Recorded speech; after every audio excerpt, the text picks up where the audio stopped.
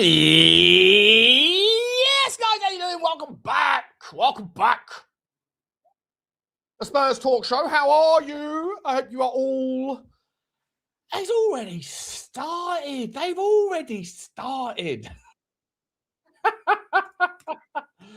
already begun. What is going on here? How are you guys? How's everybody doing? I hope you're all happy and healthy, doing the things you love with those you love to do them with. Does my microphone sound muffled, by the way?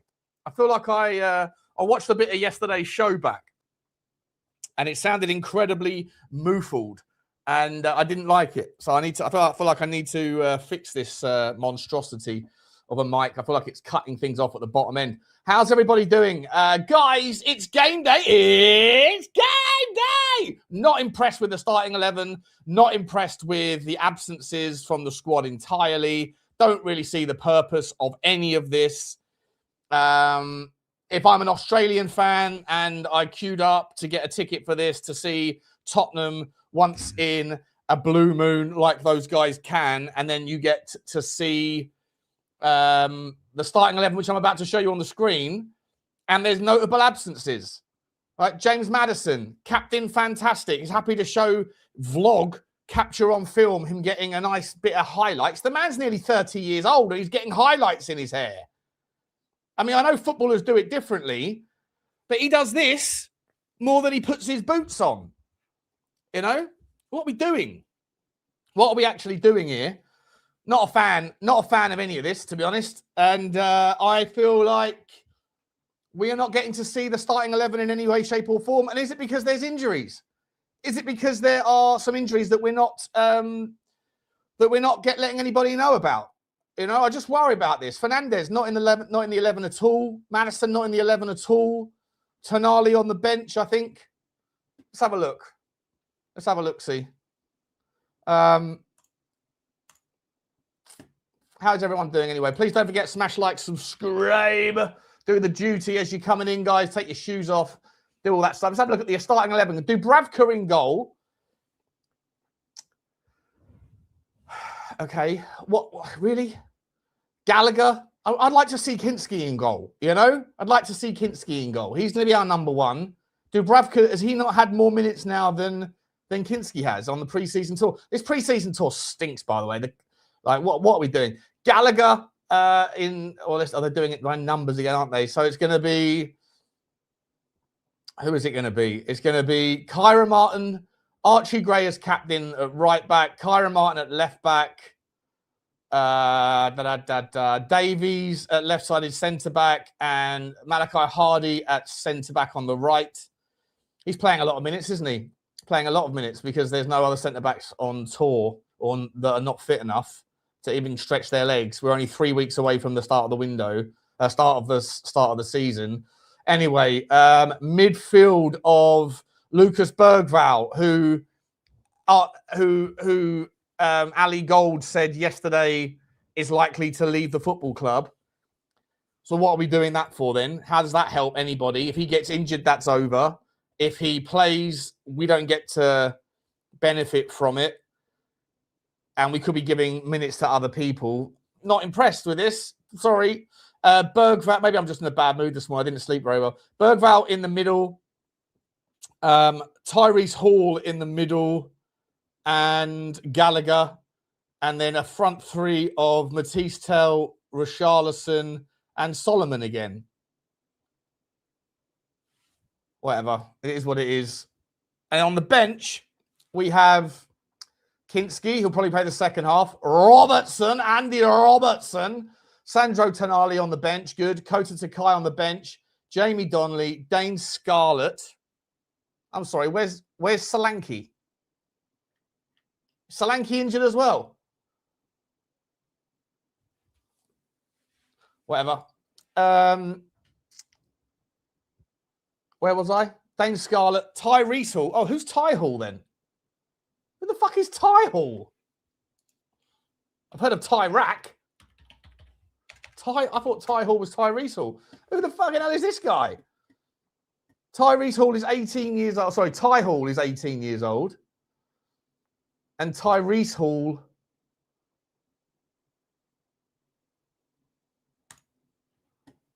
Tyrese Hall is... Sorry, we're sharing this on the screen.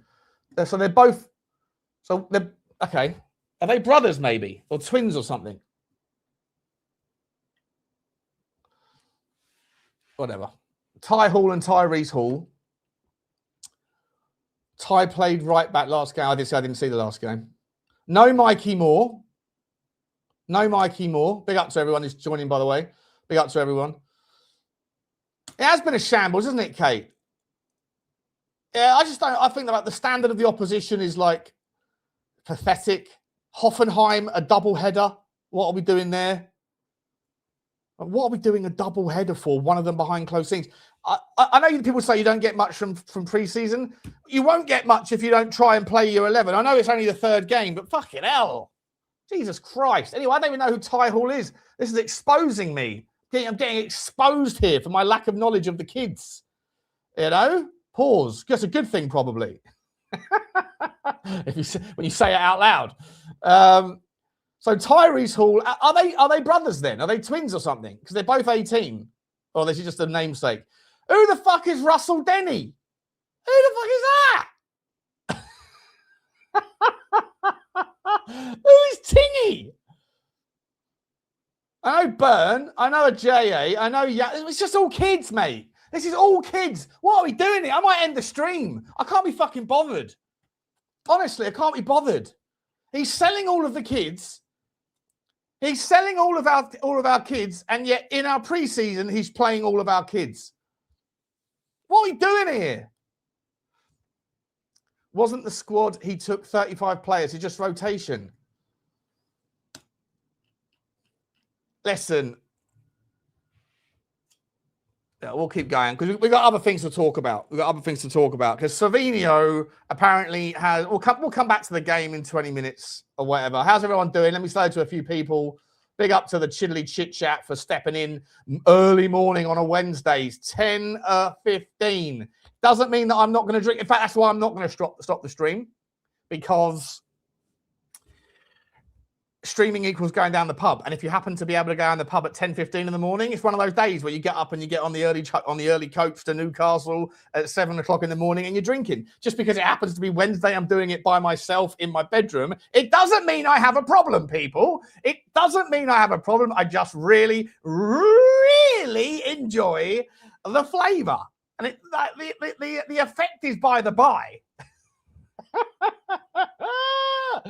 Oh dear. No Mikey Moore enough. Big up to the Burger King, who's a member of the show. Big up to Adam. Big up to Rob Plan, member of the channel. Big up to a member of the channel. Harvey Dino's coming out strong, throwing haymakers at the timekeeping. Apologies, I was 2 minutes late. Tompa. Morning, Sean and chat. Morning to you, Thumper. How do you say it? Warren George says, what are the thoughts on Harry Hotspur stream, Sean? Yeah, I really enjoyed it. You know, I saw a lot of the feedback was very positive. Very positive feedback. Well, at least in the comments, which is the audience that I cater for and that I care about. Did get some weird messages from people like that. I won't even go into it, but like it was very odd. The people that I care, whose opinions about, who I want to enjoy the stream, all enjoyed it. But people who have no reason or need to have really any take on my channel, they had some thoughts on it. It was a little bit interesting, but it seems like I didn't know anything about the guy. I've only ever seen his or read his blogs. I think I've like come across his content on videos a couple of times, but I genuinely had absolutely no idea of his personality, and I found him incredibly funny. His analogies are better than most. I found his Levy accent to be, Drewski, if you're watching, bro, get yourself a little look on that stream and see if you can mimic Daniel Levy, because he absolutely nailed it. I was a little bit I'm surprised by the kind of the level of Levy out that he was. He was more Levy out than, or more Levy hate or whatever than anyone else. But he sort of owns it as well. He sort of said, no, I'm kind of irrational with my hate, you know. So I find that kind of like refreshing if people can like you know, they own their own opinion and how staunch it is. And I enjoyed it. It was robust. I love a robust conversation. You know, I love a robust. I love having a tete-to-tete, as long as it's respectful and not you know, doesn't get into a slagging match or anything. So all in all, I enjoyed it, and it appears from the comments that nearly everyone else did. I didn't see anyone really having a crack about anything. So yeah, hopefully we'll do some more. You know, I'm definitely going to reciprocate on his channel. That was sort of part of the don't judge me. This is from last night, but I do have a fresh one there.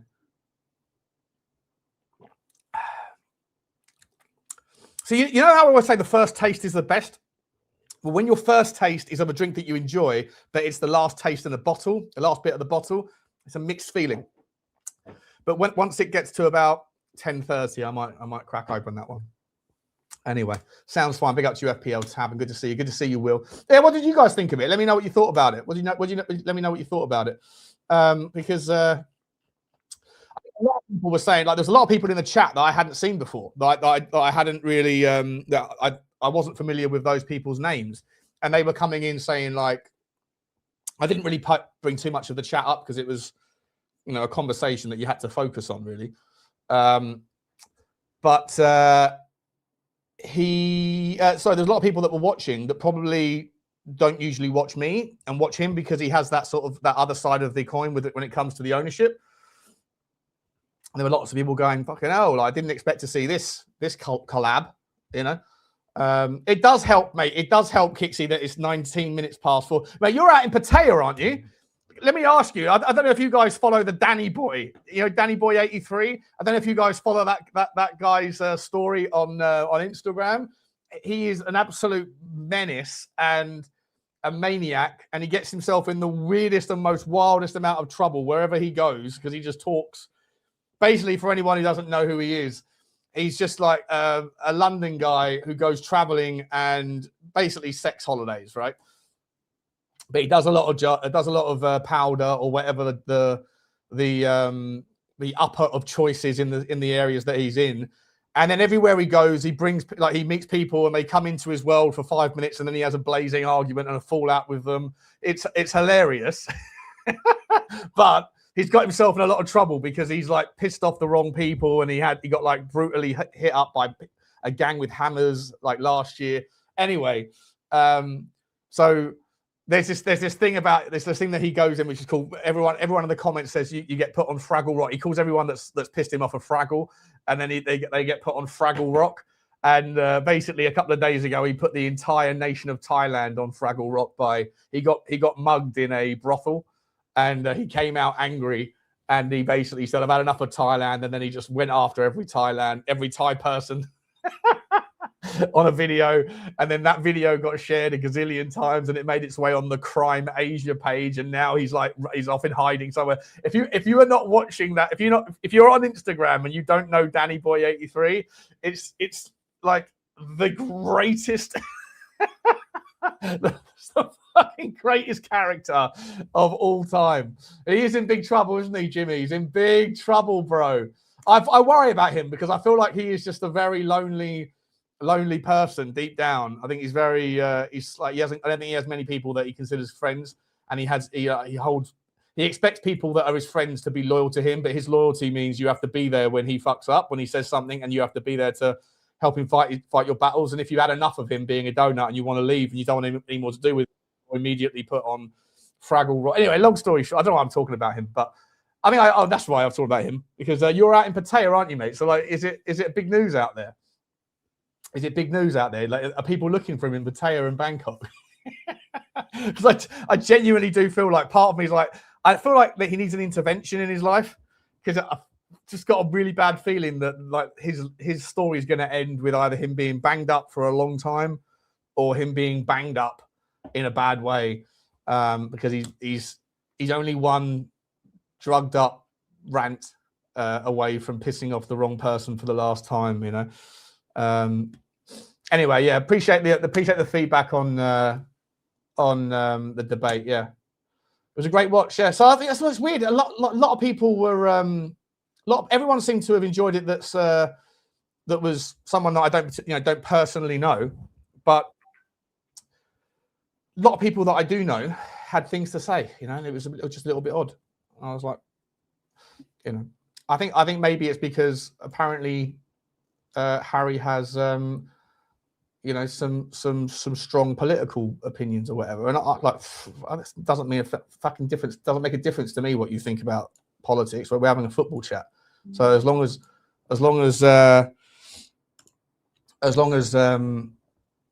everything on the show is fine, then it should be fine, right?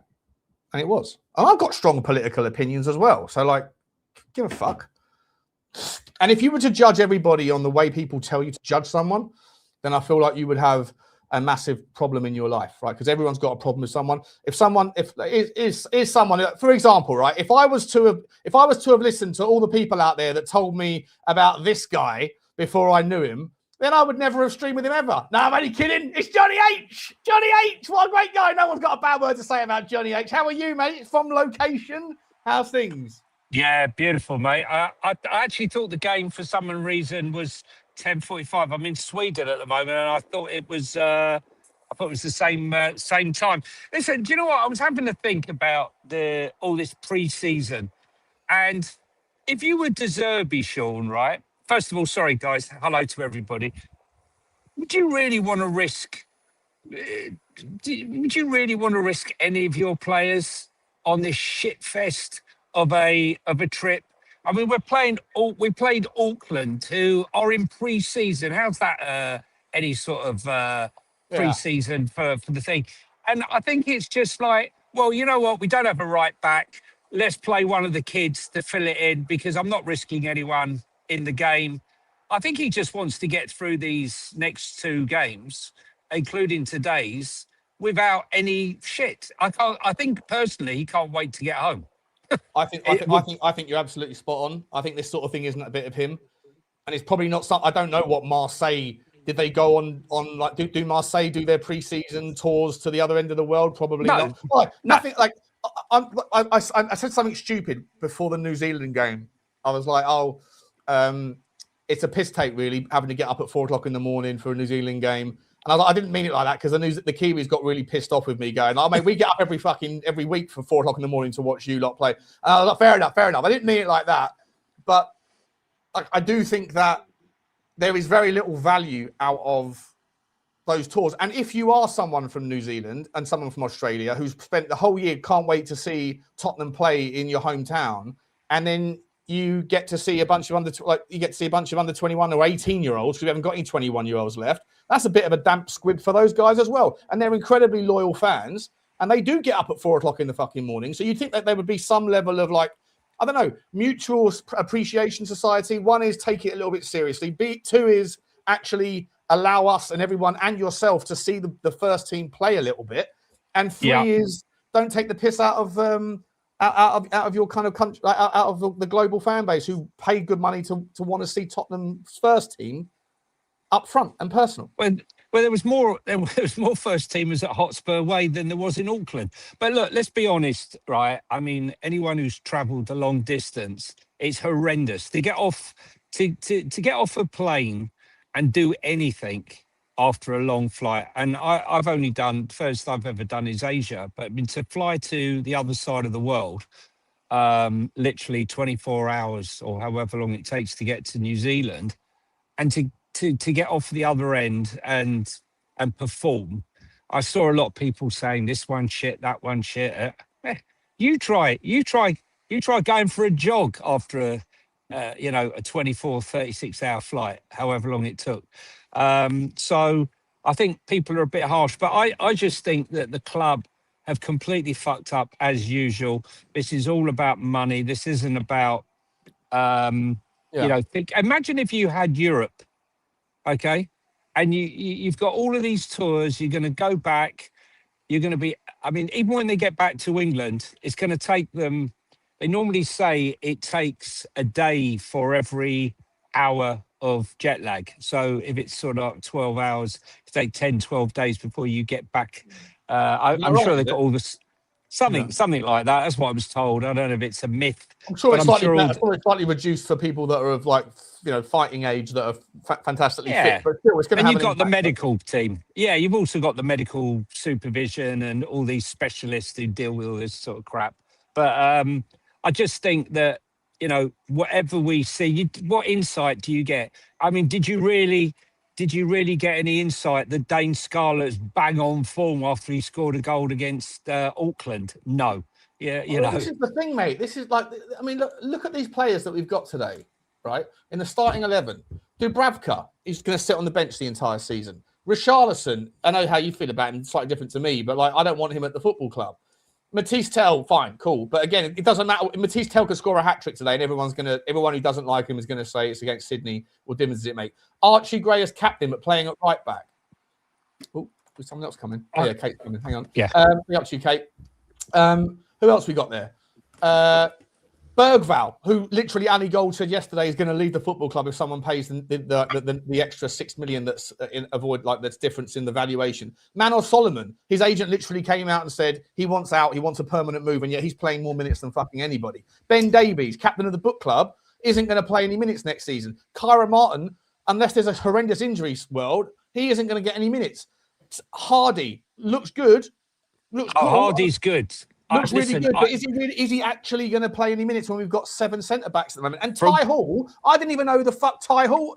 I thought Ty Hall was Tyrese Hall, Johnny. No, that is what's name's son? What's his name? He plays to play for QPR.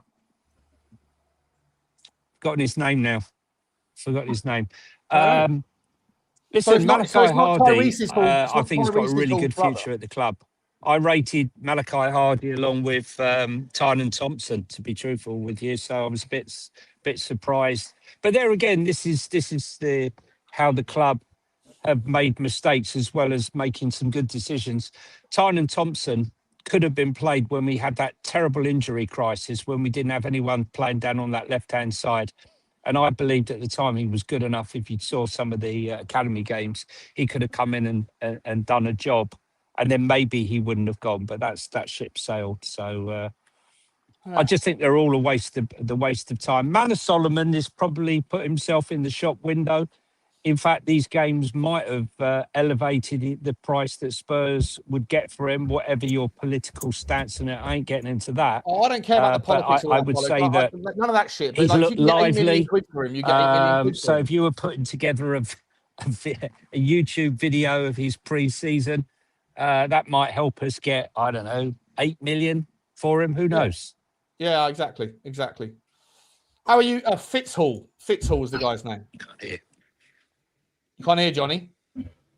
Kate, I'll bring you in. How you doing, Kate? Good to see you.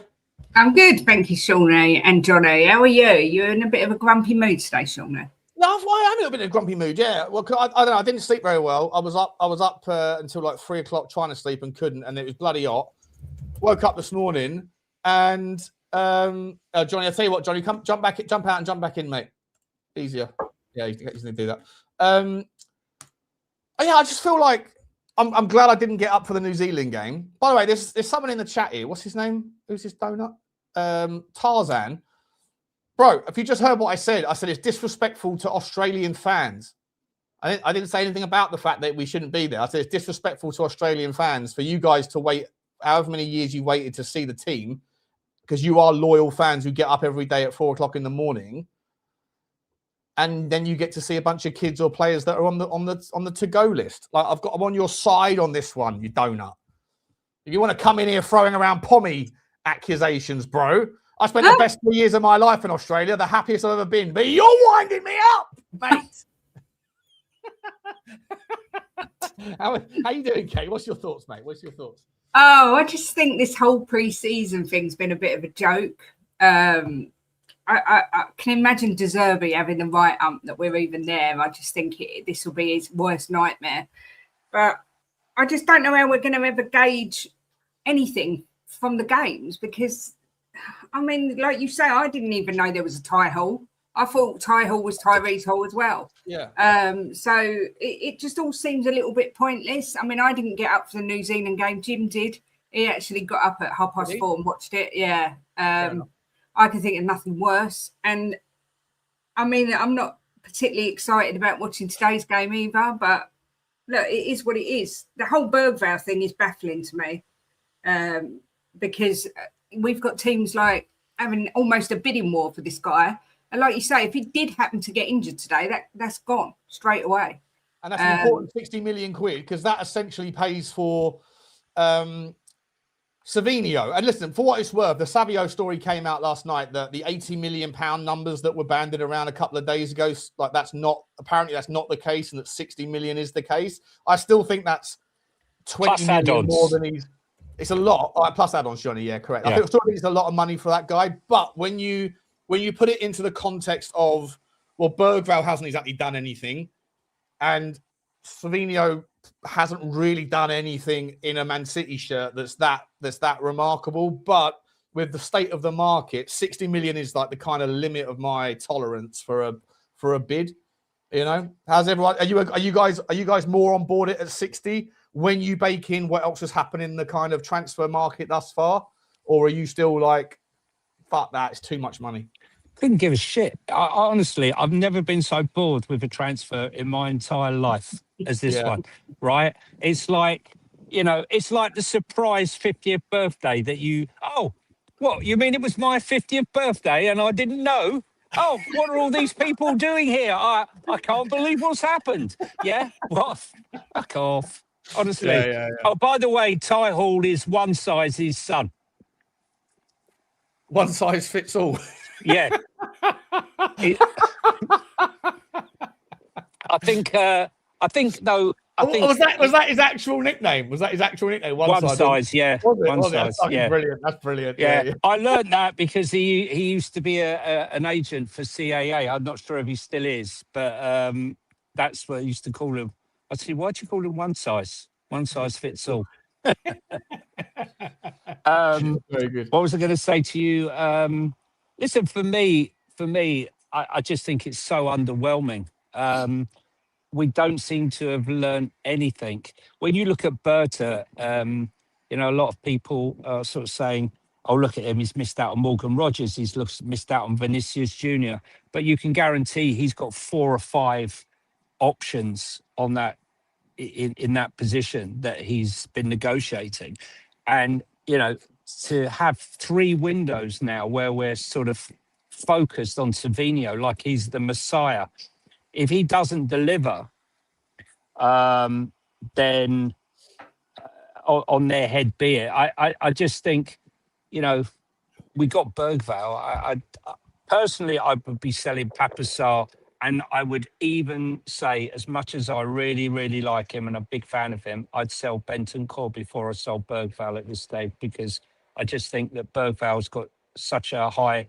Would you sell all 3 of potential. them and then see if you can go and get Alex Scott? No, I'd sell the 2. I wouldn't sell. Personally, I wouldn't sell Berghvall. I know a lot of people would, a drop of a hat, but I think the potential is definitely there. I just don't see it anymore, Johnny. When he first arrived, mate, I was like, Johnny, you and I were speaking about it every day. Yeah. Like the peripheral vision, the ability to observe. He's doing that left-right Xavi and Iniesta thing that I would do. Oh, and it just got trained out of him, and now he just runs with his head down. And like, I've seen regression, and I know that might be because he spent a year working under Thomas Frank, but. Well, 3 coaches. The way I look at it, he's had concussion, he's had 2 other injuries, and 3 managers in a team that was going backwards. And I think, context is everything. And, if you just look at it in isolation, you would say he was absolutely shit, get rid of him. There was no sign. But, add the other components in, and I think that has to be taken into account. That's all I'm saying. I don't think you just lose all of that overnight. I see that Sizzy Exclusive said that if we do manage to sell Berghvall and Sarr, we're going to go in for an attacking midfielder. And I'm all for that. I know who you want. Well, obs. MGW, obviously. Obs, girl, obs. But, look, if we're going to get a real goal-scoring, attacking midfielder, I sell Sarr and Berghvall in a heartbeat, and you can chuck Bentancur in there as well if you want. I feel like we're struggling to sell these players, though. I feel like someone somewhere, I forget who it was who said it. I don't think it was like an ITK, but someone said it, and I like understood where they were coming from. And it was like I feel like Tottenham presumed that they would be further ahead with some of the outgoings than they are. Like there's been no movement on Richalison, no movement on Sarr, no movement on Romero, no movement on Vicario.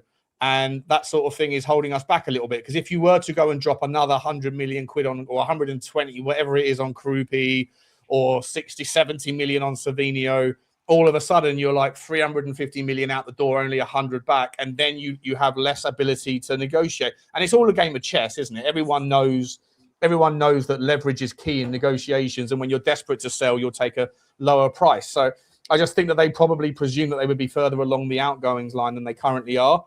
And I feel like the Romero story is problematic because I think Tottenham know that if they let him go for the price that's on offer, they're going to end up selling a very, very good player at half what the actual reasonable current market terms dictate. So they don't want to do that. But not doing that also means that you're kind of stuck in, it's between a rock and a hard place, chicken and the egg sort of thing, you know? So. Yeah, I mean, they're touting 34 million, right? 34 million pounds. It's mental. It's mental money. Like, what is that? Half the money of a Savinio. Come on now. So, he's a World Cup winner. He's won 4 out of 6 finals that he's been in, or 5 out of 7 or whatever it is. I know the bloke's a giant see you next Tuesday, but I mean, in my opinion, he is anyway. But like, he's still a talented footballer. I think if we can get another club interested, I know there's rumours Barcelona, I don't know what their state of play is with money, but hopefully it might. I mean, I just want him gone, but at the same time, I agree with what you're saying. The money is, I mean, it's just ridiculous when you think what we paid for Van Heck and he only had a year left on his contract, you know, and Romero's got 3 years, I think. It's just, it's madness. Yeah. It seems that we're paying the top end of the market, but people want us to sell our players for like big sale prices. Always the fucking way. You know? Always the way, isn't it, Johnny? Yeah, look, Europe, it's been like this way forever, Kate. Do you know what I mean? Europe pleads poverty when they're buying our players. If we were buying Romero from Inter Milan, he'd be 65 mil. More than that, probably. Yeah, you know? Yeah. So just quickly, Tarzan. I saw your last message about saying like, don't cry for us, Australia. The truth is, we just appreciate you being there. Yeah, fair enough, mate. Fair enough. But if you're paying $200 for a ticket, 200 Aussie dollars, what is that? 200 Aussie dollars. It's about 100, just over 100 quid, isn't it? Yeah, 105 quid. You want to see some names? £105 for a pre-season fucking friendly in the MCG. In the MCG, where it's a cricket ground. Do you maybe get a game of cricket thrown in afterwards? How much money is the football? Where are you sitting, Tarzan? Just quickly, the game starts on the pitch.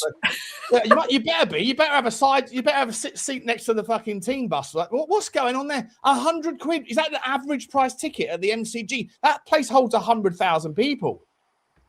Wow. How much money must the football club be making if they're going to get, like, I don't know, if they're going to split that money with Chelsea? So it's like $100 each, so 50 quid each, plus obviously there'll be some costs going to the sponsors or whatever else, or to the hiring of the stadium. If they're making like 30 quid per person, if that's an average price ticket, that's 3 million quid each if it's a sellout game, just on a rough estimate. Wow. That's mad. Oh, it's not in Melbourne. Sorry, it's not in Melbourne. Sorry, where is it? Sydney. Is it what's the Sydney ground called? It's not the SCG, is it? Is it? Please. No, genuinely, it might be. Is it because the MCG is the Melbourne Cricket Ground? So is it the SCG? And what's the stadium size? I don't know. Johnny, you aware of this? Oh, Danny Kiriakis. No. I'm not an expert on Australian cricket grounds. How you doing, Danny? I'm good, Johnny. How are you? How are you guys? How are you, Kate? All good, mate. Hot. Bloody hot. Yeah. Sorry, forgive me. Sydney Cricket Ground has a seating capacity of 48k. They should have done it in Melbourne. Donuts. Oh dear. Listen, But Danny, yes. I know you love a late entry, mate, but just like every other time, the show is literally about to finish because the game Yeah, I know. starts in 3 minutes, mate. So say your piece. What are you making No, of that? I'll come on after. But I was going to agree with what Kate said. I think this pre-season's been a bit. Thomas Frank is innocent. Is that what you're going to say? I was going to say Richalison should be nowhere near this club, Johnny, but we'll leave that Come for another on, man. conversation. Come on. Come on. But Kate is right. I think it's just an underwhelming. It's just like watching a youth games, isn't it? Really, it's not. There's no actual representation. Oh no! Wait a minute! I'm back in the game. It's being played at the Sydney Olympic Stadium, not the SCG, the SOS, currently known as the Accor. The Accor, which has a capacity of 83,500, down from its peak of 110,000 when during the Olympics. So 83,500. So we're back up to making about 2.5 mil. So my numbers, my detail was wrong, but my numbers weren't far wrong. You know? Anyway, sorry, Danny, carry on. No, it's good. I just think it's a really hard representation, right? To see where what the team's gonna be like or how we're gonna play, because it is literally the youth team. It has been the last couple games. So I don't know. It's underwhelming. It's not something that I probably if I didn't watch the other two preseason games. This one I will watch just to see what it's about. But yeah, I just think that we really want to start seeing the actual first teamers. Really, that's what we want to see. We want to see more of the first teams play. And I agree with the Berghvall thing. I've got no idea why he's playing if we're going to get rid of him. It makes no sense. Do we think that there's injuries going on that we're not aware of, Johnny? Yeah, listen, it's we got the new guys that have come in now. The new medical team have arrived. As I said, 25 years of veterinary experience, not to be sniffed at. I think they will be mindful of where we went wrong last year and the year before and the year before that, since Ange came in. There's a lot of talk on Twitter yesterday that Fernandez has picked up a knock. Did anyone else see that? Is it true? I saw it. It was debunked by Ali Gold, and then there was a picture that was shared of him doing leg extensions. And then Matt, if you're watching, Matt in the chat in the WhatsApp group, who's apparently a personal trainer, and I went, "It's not debunked. He's not on the squad, right? He's not in the squad." And by the way, those leg extensions, only 10 kilograms. The game's about to start. Only 10 kilograms on the fucking bar. I don't get out of bed for less than 50 kgs when I'm on the leg press, the leg extensions. Anyway, guys, listen, the game's starting, so we'll see you after the game. My bed sheets weigh more than 10 kg. I mean, what's going on? So it's that 10 million thread count that you've got there, Johnny. You know what we're doing? Egyptian cotton times 10. Right, love you all. We'll see. Oh, you know what? Enjoy. You can if you've got it on. If you're on Spurs Play as well, you can just watch. You can sit here and watch it with me if you want. I'm on I Spurs Play. don't know if. Hang on a second. I'm not sure. Mine's on 27 seconds right now. I'm at. Hang on. 33, 34. About the same as you? Same. Yes, same. All right, then. Same. Okay, let me get the score counter up. Hang about. I think I'm literally like 1 second behind you, but it's pretty That's much fine. the same.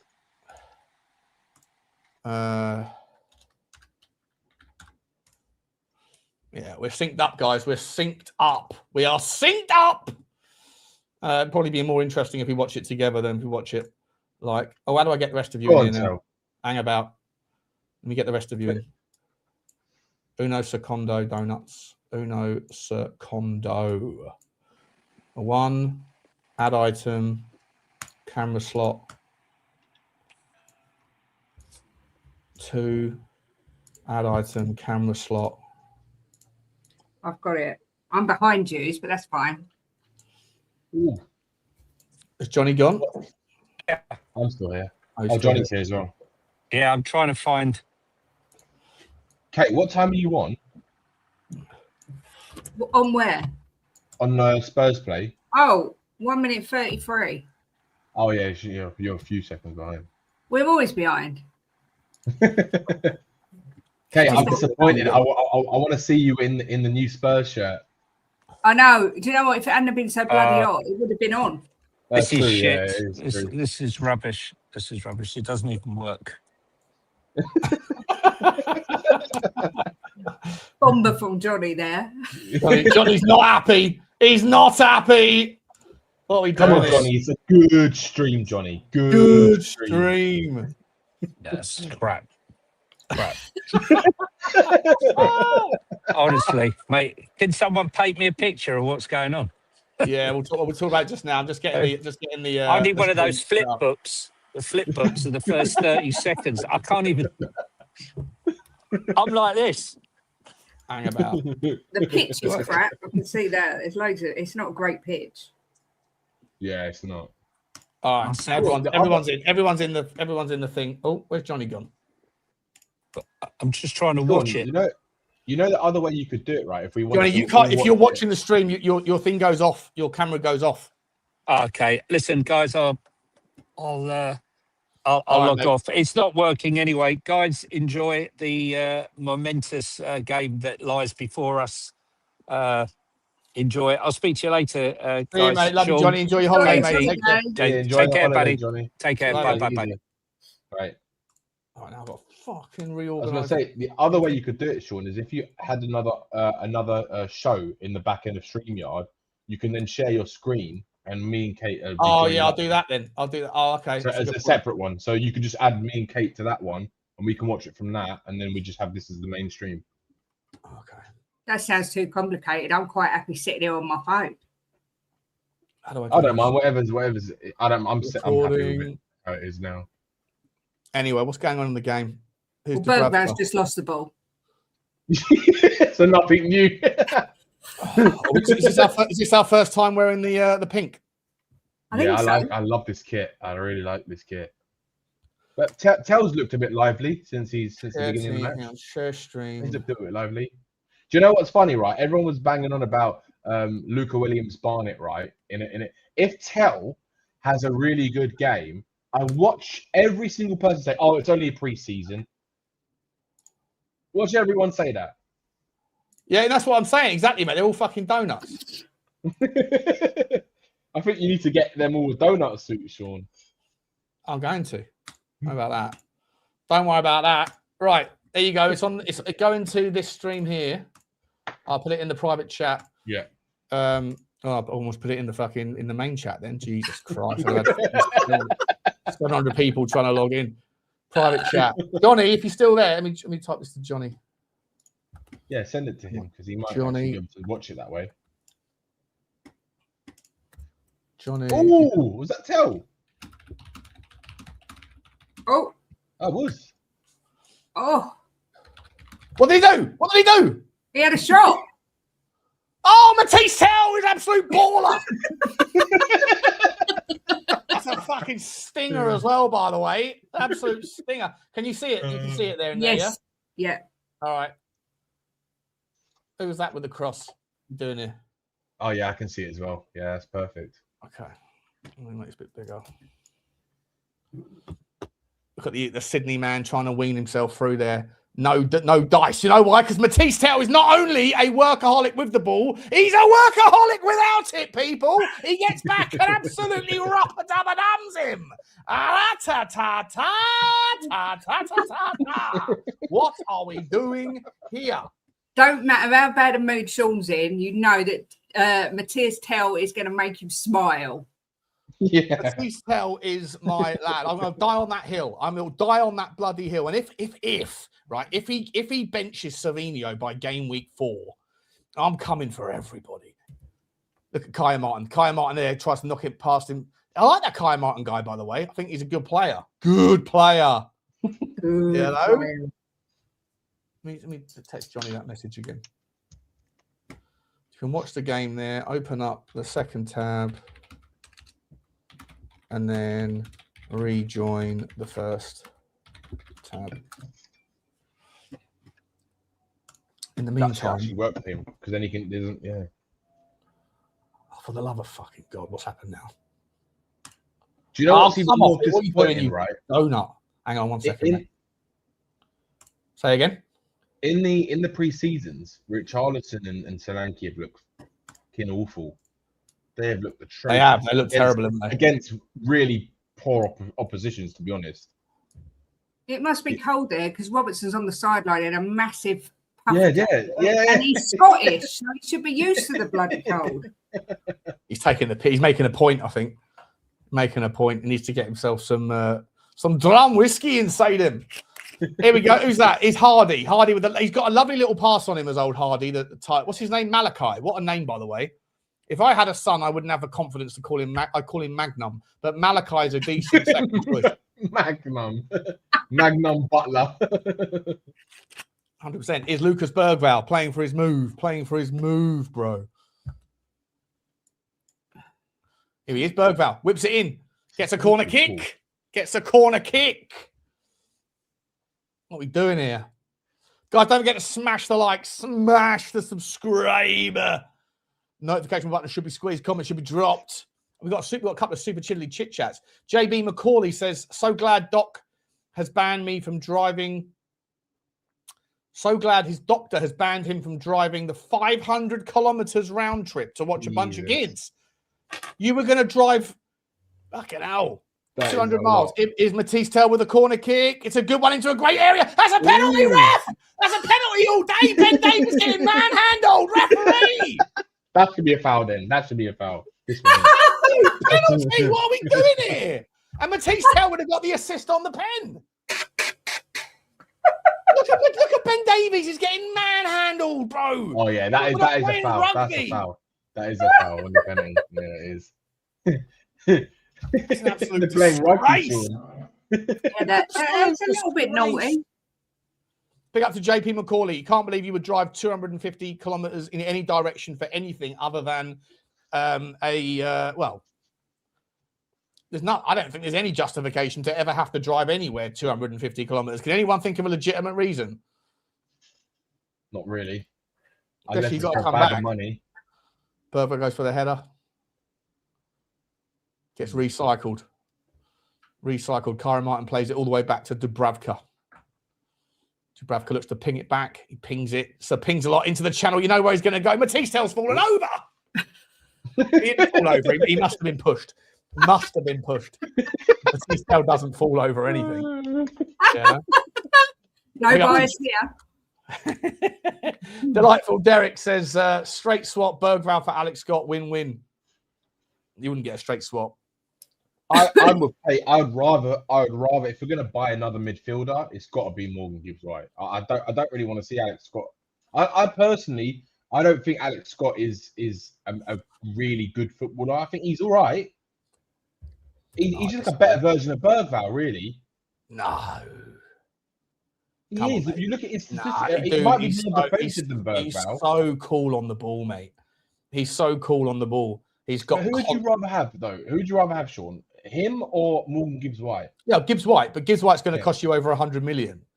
Not if we sell them Berghvall as well. Given Berghvall, no, but it doesn't matter. Like, forget about that. Regardless, whatever you get for Berghvall, if you knock that off the price of Morgan Gibbs-White, it doesn't matter. You're still losing a £60 million player, and you're paying an extra 60 for Morgan Gibbs-White. So he's still a £120 million player, right? Whatever. Just on that kind of like, if you've got one valuable asset, it's like saying I'll sell a house for another. I'll trade in that house and get that other house, but you're not buying the other house for half the price because you're losing the first asset, right? So that's a good ball from Mathys Tel into Conor Gallagher, flips it back, free referee, yellow card. These guys are aggressive. We've got to protect these people. Is that Gallagher? Oh, it's Gallagher, yeah. He's another guy with highlights in his hair. What are we doing here with the highlights game, by the way, people? What are we doing here with the highlights game? Do you see that, James Maddison? He's not played a fucking minute of football, not played a minute of pre-season, but he wants to vlog him getting some highlights. Geezer's 30 years old or 29. Nothing wrong with that, Joel. Nothing wrong with that. I think you should get some highlights. If you're a woman or if you are a flamboyant individual, Conor comes in. Freaking comes in. Good save from the Stabilo Boss highlighter pen. Look at that. Great kit. Sure, but I do think if you're captain of a football club and you're not participating in pre-season, but you managed to find the time to celebrate doing this with your fucking hair. Sorry. Well, I thought it looked really nice. I'm just going to put it out there, and I don't see anything wrong with it. I don't either. This is why we don't take seriously. Sean's just he's itching because there's no bombers lately. There's no bombers lately. I am a little bit jealous. Yeah, true. And a bit jealous as well. And also itching 100%. Oh, look at that. Ball comes in. Chance for Gallagher. Put it away. You How do you not hit the target?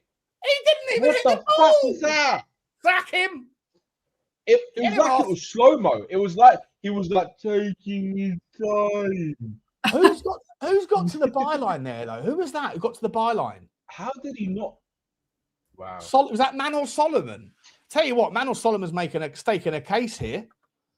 Look at Hardy. Go on, Hardy. Manor, but again, it's such a bad barometer. Look at the teams. Oh, it was Archie Gray, sorry. Solomon does look good against these teams. He did well in the championship. He did do very well in the championship. Look at that first touch from Mathys Tel. That's a good. Go on, Matty. 2 men. Oh, he finds the right man. Kaya Martin with a shot. Chance for Gallagher's missed it again. Come on, Gallagher. Winding me up. Big up to Cowboy Spurs as well. Says perspective. Romero, Price versus Berghvall or Vuskovic. 100%, mate.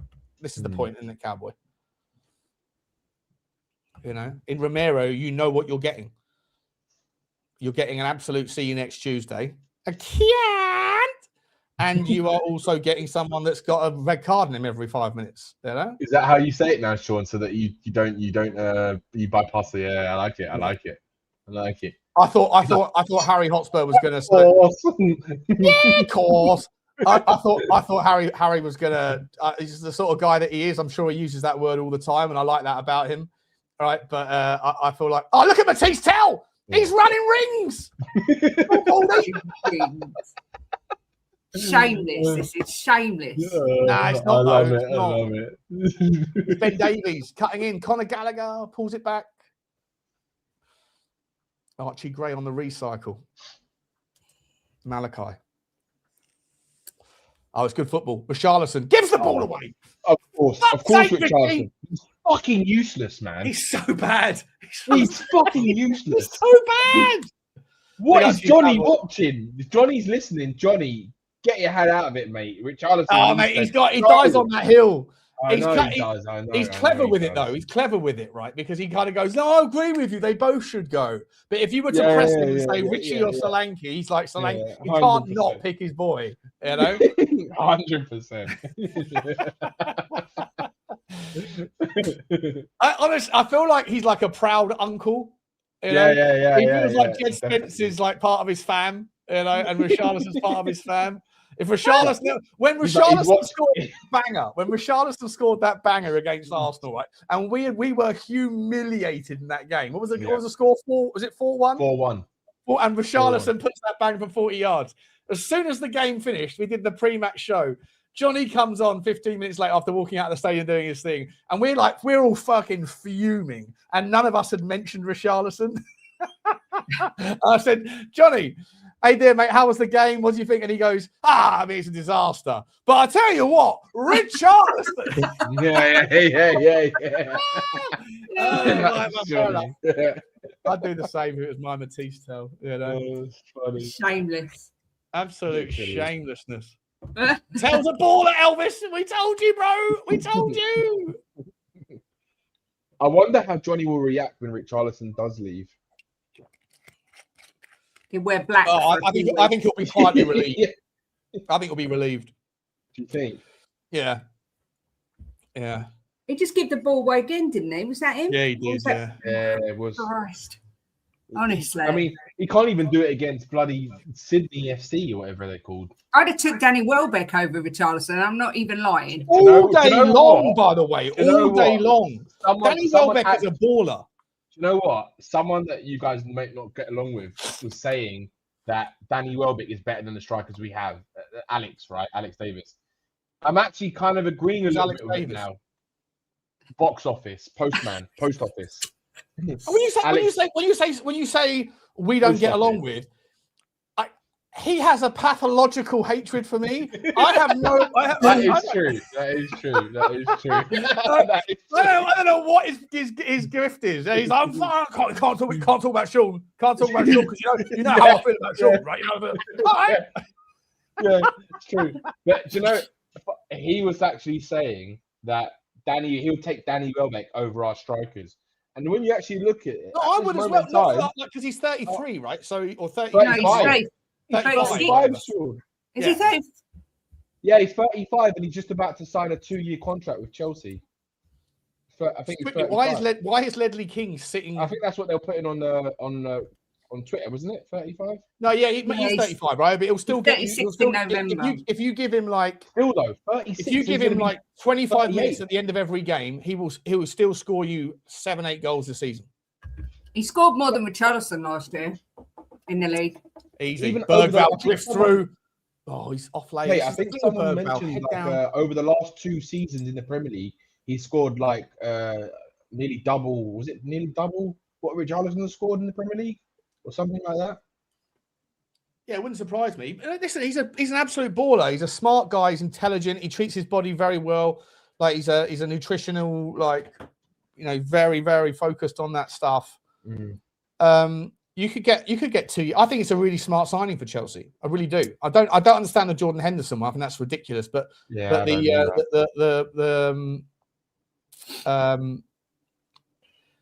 you know, I generally now I look at it. My mind's gone blank. What's his Welbeck. name? Welbeck. I'd take Welbeck right now. I would take him over our strikers. Yeah, same. Nice bit of movement there from Berghvall. First thing good he's done. Yeah, but he ran with his head down and then just offlaid it to the right and then played it behind Solomon. Oh, ref! Yellow card, mate! You can't be doing that, Sydney! Why is Leggett? Where's the Deserby saying? What was he saying? That back heel from Mathys Tel, by the way. Are we noticing this shit? Yeah. Drawing free kicks. Why is there we go. Look at it. The chat are warming up. Where are you? Where's my man? Burmy Falcon. What a name you've got there, bro. Love it. You're all getting used to it, right? I'm never wrong. I'm just not right yet. And we love it. We're like, you guys, you know, we all know this. That Mathys Tel, here comes the back post baller to Richalison, wins it, flicks it back in. Dog shit from Richalison. Get him off.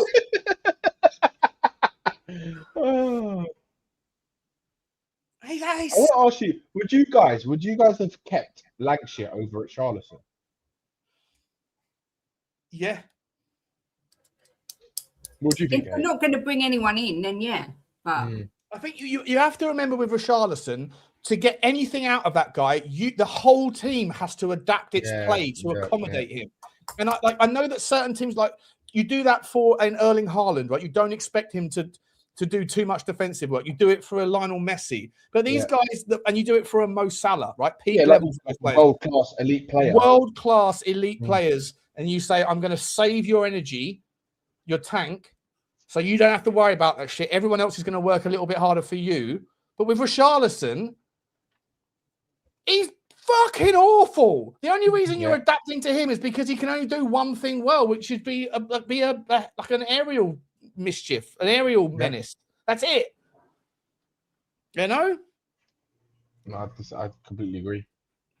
Look who's in the fucking chat being a donut. This guy. He's climbing all, Mr. Flower. He can't wait till Savio comes in, and I cannot wait until Savio's wearing the bib by October. He sat on the bench because Mathys Tel's already got 6 goals in the first 4 games or something. It's going to be delicious. What a ball that is from the right back. Put it into the channel. No good for Solomon.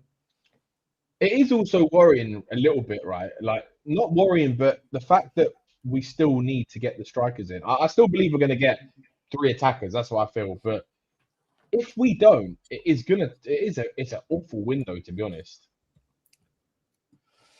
It's a what window? It's an awful window if we don't get any attackers in this window. Yeah, 100%. 100%. Do you remember, like, a few years ago, there was one of my favorite streams I ever did. Where I had Kuva on and Sorin was on and that Bob Spur was on. Yeah. And we did the thus far I think Danny, you were on it as well. We did the thus far conversation and it became like a thing. We kept saying thus far for the next year. Because and everyone was like, you can't judge a window until it's done. I was like, you probably can't judge a window until a year later when you know how it worked out. But thus fucking far, what would you call it out of 10? It's about this sort of time. It's about this sort of time in 2023, I think, and no one could get their head around what thus far meant. But thus far, this window, everything looks good because you still got a little bit of time left. But if it finished like this, you'd give it a 4, wouldn't you? Because the attack is. I would say so. Yeah, I'd say 4. Yeah, I'd say 5. I'd say in the middle, right? Purely because the attack was not done. But what we've done with the rest of the squad, amazing.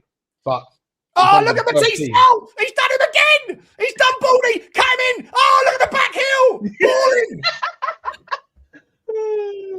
Corner kick, rips it to the back post. That's a corner. No, it's not a fucking goal kick. Referee's fucking corrupt.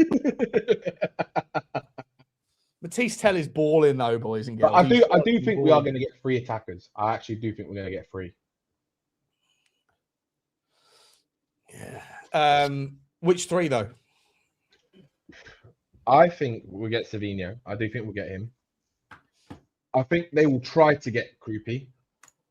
If they don't get Krupi, I think they're going to have to wait until they see what Liverpool decide, right? You know how much money that? I think I donated like 800 quid to his various fucking He made a lot. He made a lot of money. He made a lot of money. Yeah, I know where he is. It was over 10 grand. You know where he is. Like, well, I know where he was when he first came clean. Chance. Good save to Bravka. Ooh. Good save to Brav. Good punch as well. Good strong wrist. Good hands. Good hands. Ref! Come on, mate. It's supposed to be a friendly game. He was working for when he first came clean. Some car dealership, wasn't it? He was a car dealership guy, but he ended up working at in Luton. That's it. At one of those, I can't believe Luton has got too many Porsche. I'm pretty sure it was like a Porsche garage or something. And then I was like, I'm going to go up there, and someone was like, "Well, how do you know which Porsche garage it is?" And I was like, "How many Porsche garages do you think there are in Luton?" I'm surprised there's one, to be honest. No disrespect to Luton. Not saying that Luton's like Marseille, but or Monaco or whatever. Yeah. Luton is the Marseille of North London. Did you watch the highlights of the other game, Sean? The New Zealand game, because Austin actually did all right. Yeah, he did. I didn't watch the highlights of the whole game. I saw compilations of like Mathys Tel and Hardy. I saw people that did compilation touches. That's why the other day when Flower exposed himself for how his inability to read a message when someone shared the Mathys Tel all shots compilation, right? And then, it was like a 6-minute compilation. Here he is, crossing the ball in here. Good cross! Oh, it's been missed by Ben Davies! Paddy Davies. Stell's favourite player. 2 assists by now, by the way. Mathys Tel is fucking... Sorry. I am sorry. The camera keeps panning to Mathys Tel because superstar. Yes, at the moment, he looks like the player that's like levels above everyone else on the pitch. He did last game as well, to be fair. Yeah. Oh, Ben Davies has been pulled back, though. Ben Davies, the referee's missed 2 Stonewall pens. I've always said I like Tel. I've always liked Tel. I've always believed as well that Tel is someone that the fans over hyperfixated on him because he was the only option as a left winger a lot of the time during his time because of all the injuries we've had. Mate, Mathys Tel he's just 21. He's 21 and 2 months, right? Also, Sean, look at his statistics coming off the bench. He makes an impact. He does make an impact. Her 90 stats are better than 85-90% of the wingers in Europe. Yeah. Right. And I know per 90 is you have to bait the context of the per 90, just like you have to bait the per context. Yeah. The reason why per 90 exists is because just like seasonal stats can be misleading if you just look at appearances and that player happens to have played 25 appearances, but he's got 5 minutes in each game, then it's difficult to judge, right? So that's why the per 90 comes in. But the per 90 is also contextualized in that if he only gets 5 minutes at the end of the game, and in those games, the other teams are chasing, and then you can counter, and he can go and like score easy goals that he wouldn't be able to score in the first minute. So you have to bake in the context of all of them. But yeah, look, people that have made, I'm dying on the hill that Mathys Tel is going to be far better than what other people give him credit for. But everyone that's made their mind up that Mathys Tel is dog shit, they're going to have a really tough time, in my opinion, justifying that. Because I think the guy is, he's got inner belief that I think is super important. He believes in himself, and definitely, and he definitely believes in himself. Oh, good play, Byron. That's what you want in any player, right? You want a player to believe in their own ability. Otherwise, they're never going to be a good player. They're never going to be a player who can be different to others, right? They're just going to be your standard everyday type of player. Here's one. Here's one such guy. Tony Rodriguez, desperate to be right, knows he's wrong, has to keep reminding me, you're wrong, bro. It's okay. It's Free okay. kick on the edge of the box. Free kick. Mathys Tel's He's going to take it. Mathys Tel's putting this that's a top tins. And if he fucking does, watch me explode. I need a Magnum. I've got it here. Here we go. I need a Magnum. Come on, man. Look, they're putting a 9-man wall up because they know how dangerous he is. He can put it either side of anywhere. I really want to score on Tel.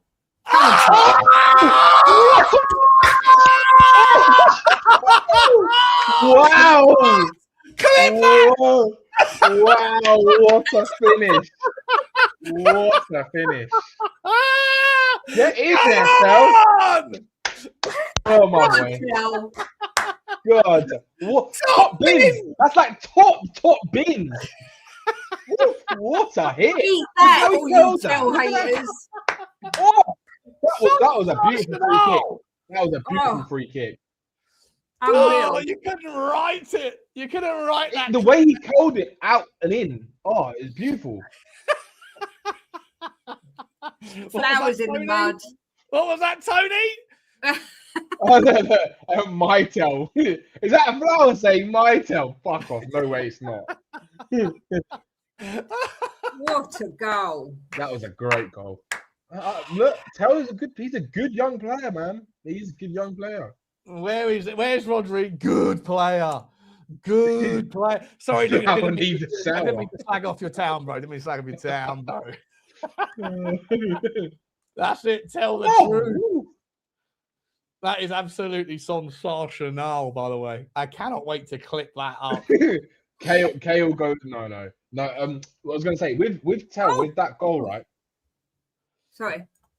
No. You were watching the replay and thought it was live. Yeah, I did.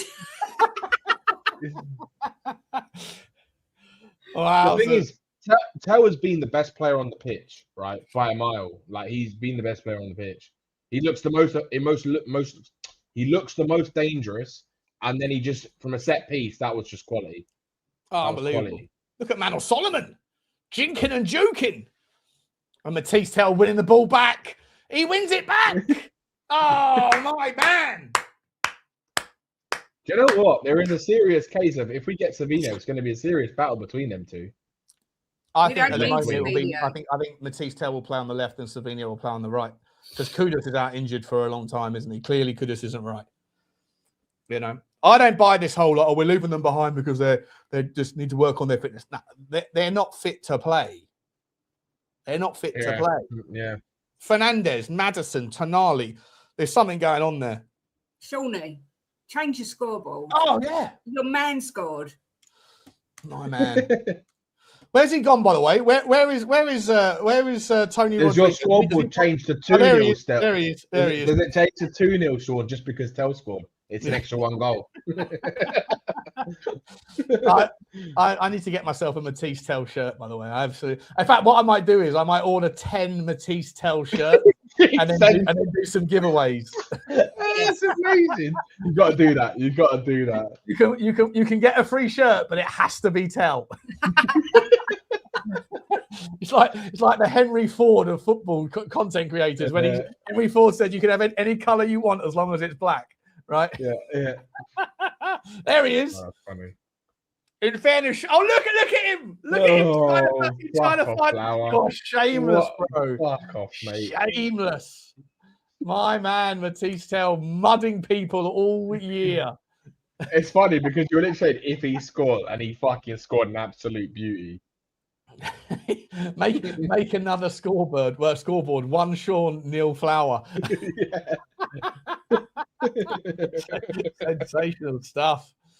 You could do a Sean and Flower scoreboard for the whole season and see how many bad takes Flower has. I've got to build that receipts tab. I have to build the receipts. Yeah, you tab. need to do that. Yeah, you should. I only didn't do it because I don't care if I say something Bozo-esque. I can always like laugh it off, whatever. I don't take myself that seriously. But other people, I feel like if I was to have guests on my show and they were to get clipped, or if they were to get clipped on their own show saying things, and then it be like always archivable, always accessible on the Spurs side, I feel like I'd get a lot of angry content creators going, mate. Oh, look who's here to join us. Look who's come in. Drew. I've got to make room. Hang on one second there. Stay there. Where is he? Hang on, let me move this across. 1, 2, 3. Oh, is it Flower Power? It's Flower Power, yeah. Hang on a second. Flower Power. He's got no shame coming on after such terrible takes about Tel. It's just disgrace. Did he miss an open goal? Was that Gallagher? Disgraceful, James. Oh, look at him. He's still shit. We're fucking playing the FC and we're talking like it's Barcelona away. What are we doing here? I told you that's exactly what would be the case. I'm buzzing for him. Hopefully he signs for someone like Sydney. Great player. Were you one of the ones bigging up Luca Williams-Barnett the other day, Flower? No. I haven't bigged up no kids. No Jimmy Savile takes here, mate. No Jimmy Savile takes here. Ruggo. But in fairness, though, Sean, I have always said to you, I would have him on set pieces because he's got a great delivery. Everything else is dog shit. He's not dog shit at everything else. No, he's not dog shit. You know what? You know what it was. You know what it is. So wrong. You are so wrong. I think it's my vocabulary, mate. I still think he's not good enough for Tottenham Hotspur. Dog shit for me is just not good enough. You think Savinho is like miles better based on? Yeah, what? I do. Yeah, I do. And the reason why I was watching the game and I got bored, so I switched over to you, turn the game off. That's dedication for the channel there, right? I appreciate that. I appreciate it. 13 minutes in. You want to watch the channel whilst? Yeah, I'll send you the link for the background. StreamYard. You can watch it in a different StreamYard. Okay. With the reason that I'm not a massive fan of Tel, I think it was like the 13th minute in. He beat 2 men, got to the byline, and in my head, I'm like, just deliver. And what he did is he stopped and cut it back. That for me is the definition in between a good player and a bad player, because you're kind of losing. You're giving away the opportunity where it could be a goal or assist for him. Whether he can learn that or not, who knows?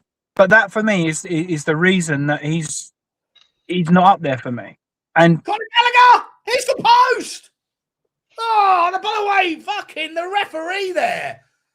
Someone gets yanked back. This fucking Sydney team, dirty little bastards. Are you, James? Are you on? Have you got the capability? Are you on your phone? Yeah. Oh, so you might not be. I don't know if you I don't know how you would be able to do it, but if you can open up a separate tab and have 2 in your. It doesn't matter. I'm committed to the cause, mate.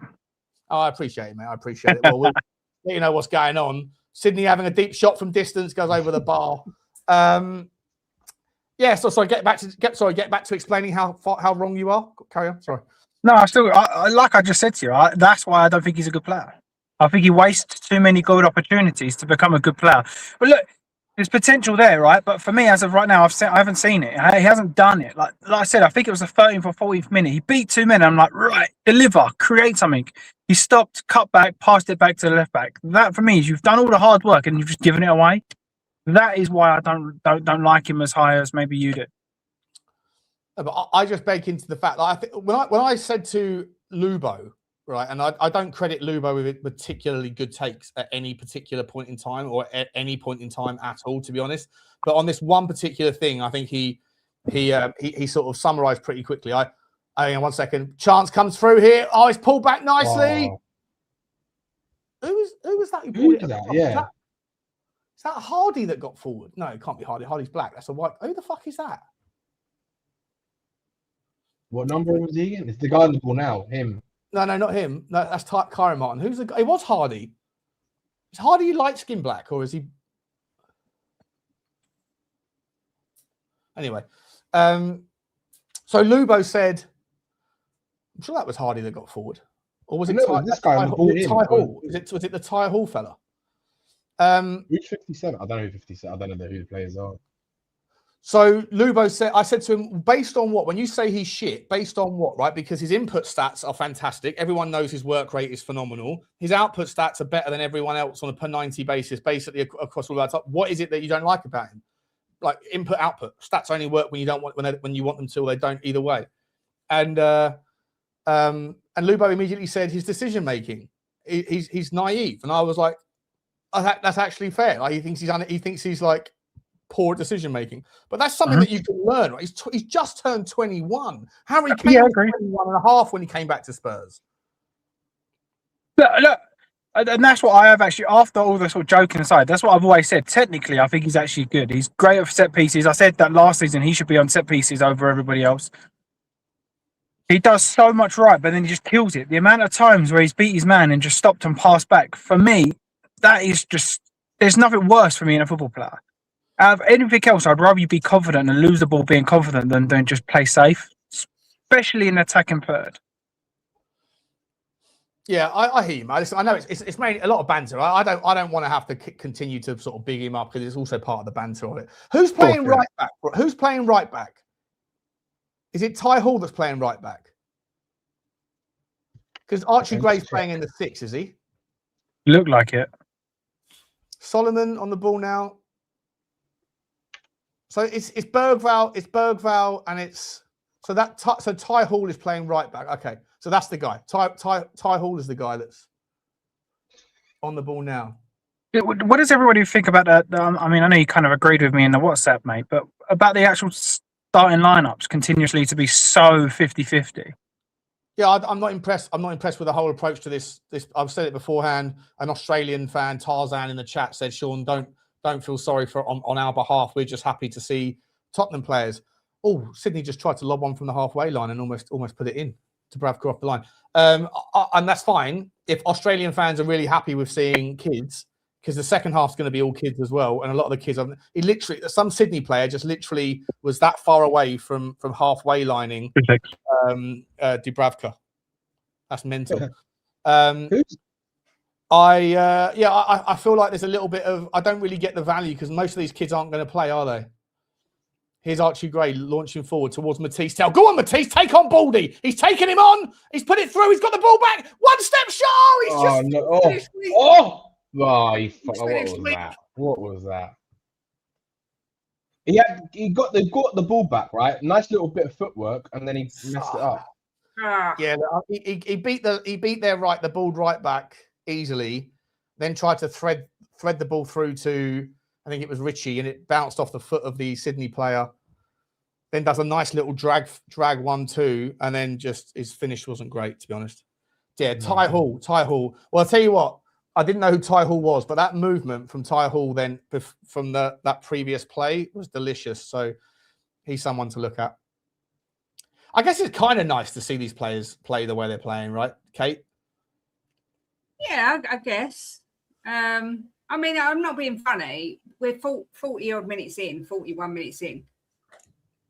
No one's sort of particularly impressed me. I don't know about anyone else. Apart from Tel, he's having a good game. I think Gallagher's been shit. Gallagher's missed a hat-trick chances. He has. I mean, one of them was a completely open goal, and he missed it. I mean, I find it, a little bit concerning when I watch this. We should be absolutely brushing this aside. No disrespect to Sydney, but we should. So, that's why when the people rave about the kids, like Mikey Moore, for instance, I know he's not playing. No, he's been lobbed. Dubravka's positioning all over the fucking place. He got away with one. It's the same kid. That kid looks about 16. He's the same guy that just did the halfway line shot.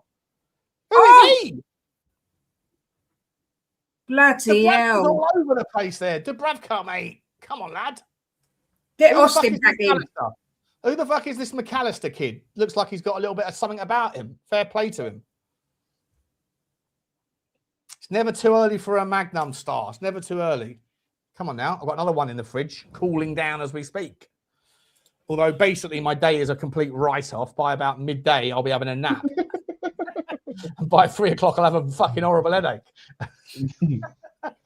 I'm making notes because I'm on with Chris Cowling this afternoon talking about this game. Oh, yeah? Yeah. It's not been the most interesting first half, though. Is Chris Cowling going to be on the show, or is it? Yeah, he's live from. He's got to travel back to his hotel, so it's 2:30, and he's hosting it from his hotel. Nice. That's nice. Congratulations. Go on, Mathys. Nice pullback. Finds Archie Gray. Archie Gray looks over to Richalison. Richalison not interested.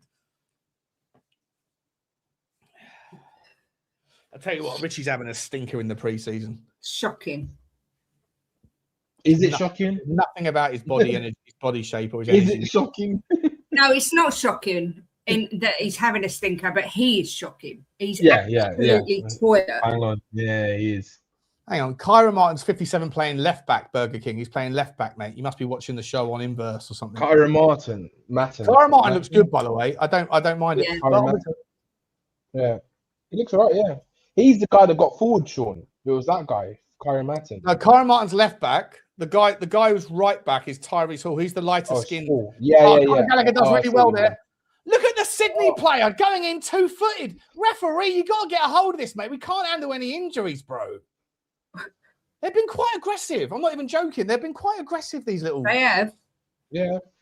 You're not wrong. Criminal convicts. Can't! You get cancelled. I think I should have been cancelled earlier for saying light skin black. I think that is a thing, though, isn't it? There's like there are, whatever. I'll play the jingle. I'll play the fucking jingle for those who are asking for the jingle. Oh no, it happened again. What did he just say? I guess it's time to say goodbye. We're getting canceled today.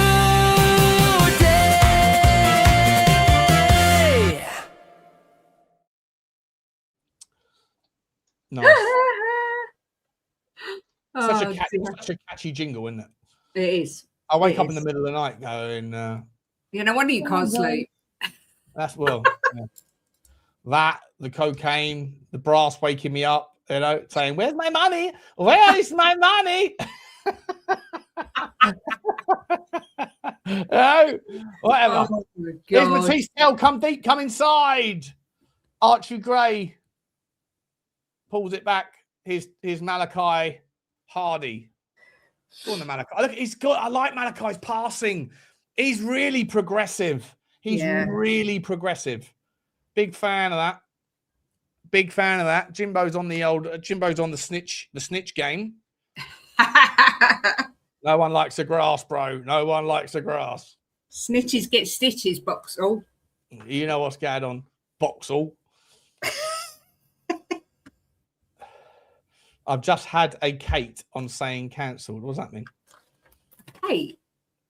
Just had a Kate. Just had a Kate. Kate the take. Cancelled. Half time. Richarlison's looking miserable. Conor Gallagher's looking miserable. They're not happy people, are they? No. Half time there. They're really not. Has Flower and Danny left the chat? Because if so, I'll just remove you. I'll leave them there for a minute. Half time it is. Mathys Tel season. That's what I'm talking about. Much better from him than everybody else. Mathys Tel is really staking a claim, isn't he, Kate? He's really like, he's not going to allow the Savio things to go down without a fight. No, and do you know what? I think De Zerbi is going to love what he sees. I think he's really going to believe in this guy, and I think that means that he's only going to get better. Because I think Tel, obviously, he's only a young guy. I think he needs a coach that's going to say, "You're doing a great job, and you can be the best." Yeah. And I think you're going to see a different Mathys Tel next season. a much better version of himself. And I think De Zerbi's going to be a big part of that as well. I know James doesn't agree, but I do. I think Savinho is an unnecessary purchase, and I think we can get better. I think James is a little bit worried because he knows that these sorts of takes are going to be like they're going to be etched in like the hardest stone in 10,000 years' time after the next asteroid wipes us all out as a civilization, and in the year 3050, when people start to get back to some level of like figuring out on the next version of human life, figuring out what happened in the past, they're going to come across one of the scripts, right? One of the sandstone scripts. And it's going to be James Flower saying Mathys Tel was a bozo, and everybody else is going to mud him. And they are going to call you, James Flower, the Antichrist, because they're going to assume that your take was so bad, so immoral, so based in absolute gunk that you and only you could come up with something so evil and so wrong, so inverted to the truth, that you have to be the demon. They're going to paint pictures of you, bro, with horns coming out of your head. That's how bad your Mathys Tel take is. And I think deep down you're terrified that Tel's going to have a 20-goal a season. Fucking join the queue. There's loads of people that think I'm the devil, do you know what I mean? Not past. No, look, for me, I wish I had that hope. But look, if you could come back from saying Kolo Muani's worth 50 million, I'm fine. I'm fine. For what it's worth in this market, Kolo Muani probably is worth 50 million. You know? So, like, what are we doing here? You know? Yeah, fair. Don't you look at Savinho, James, and think to yourself, I'd rather we spent that money on a top forward and or maybe a top forward, a top right winger?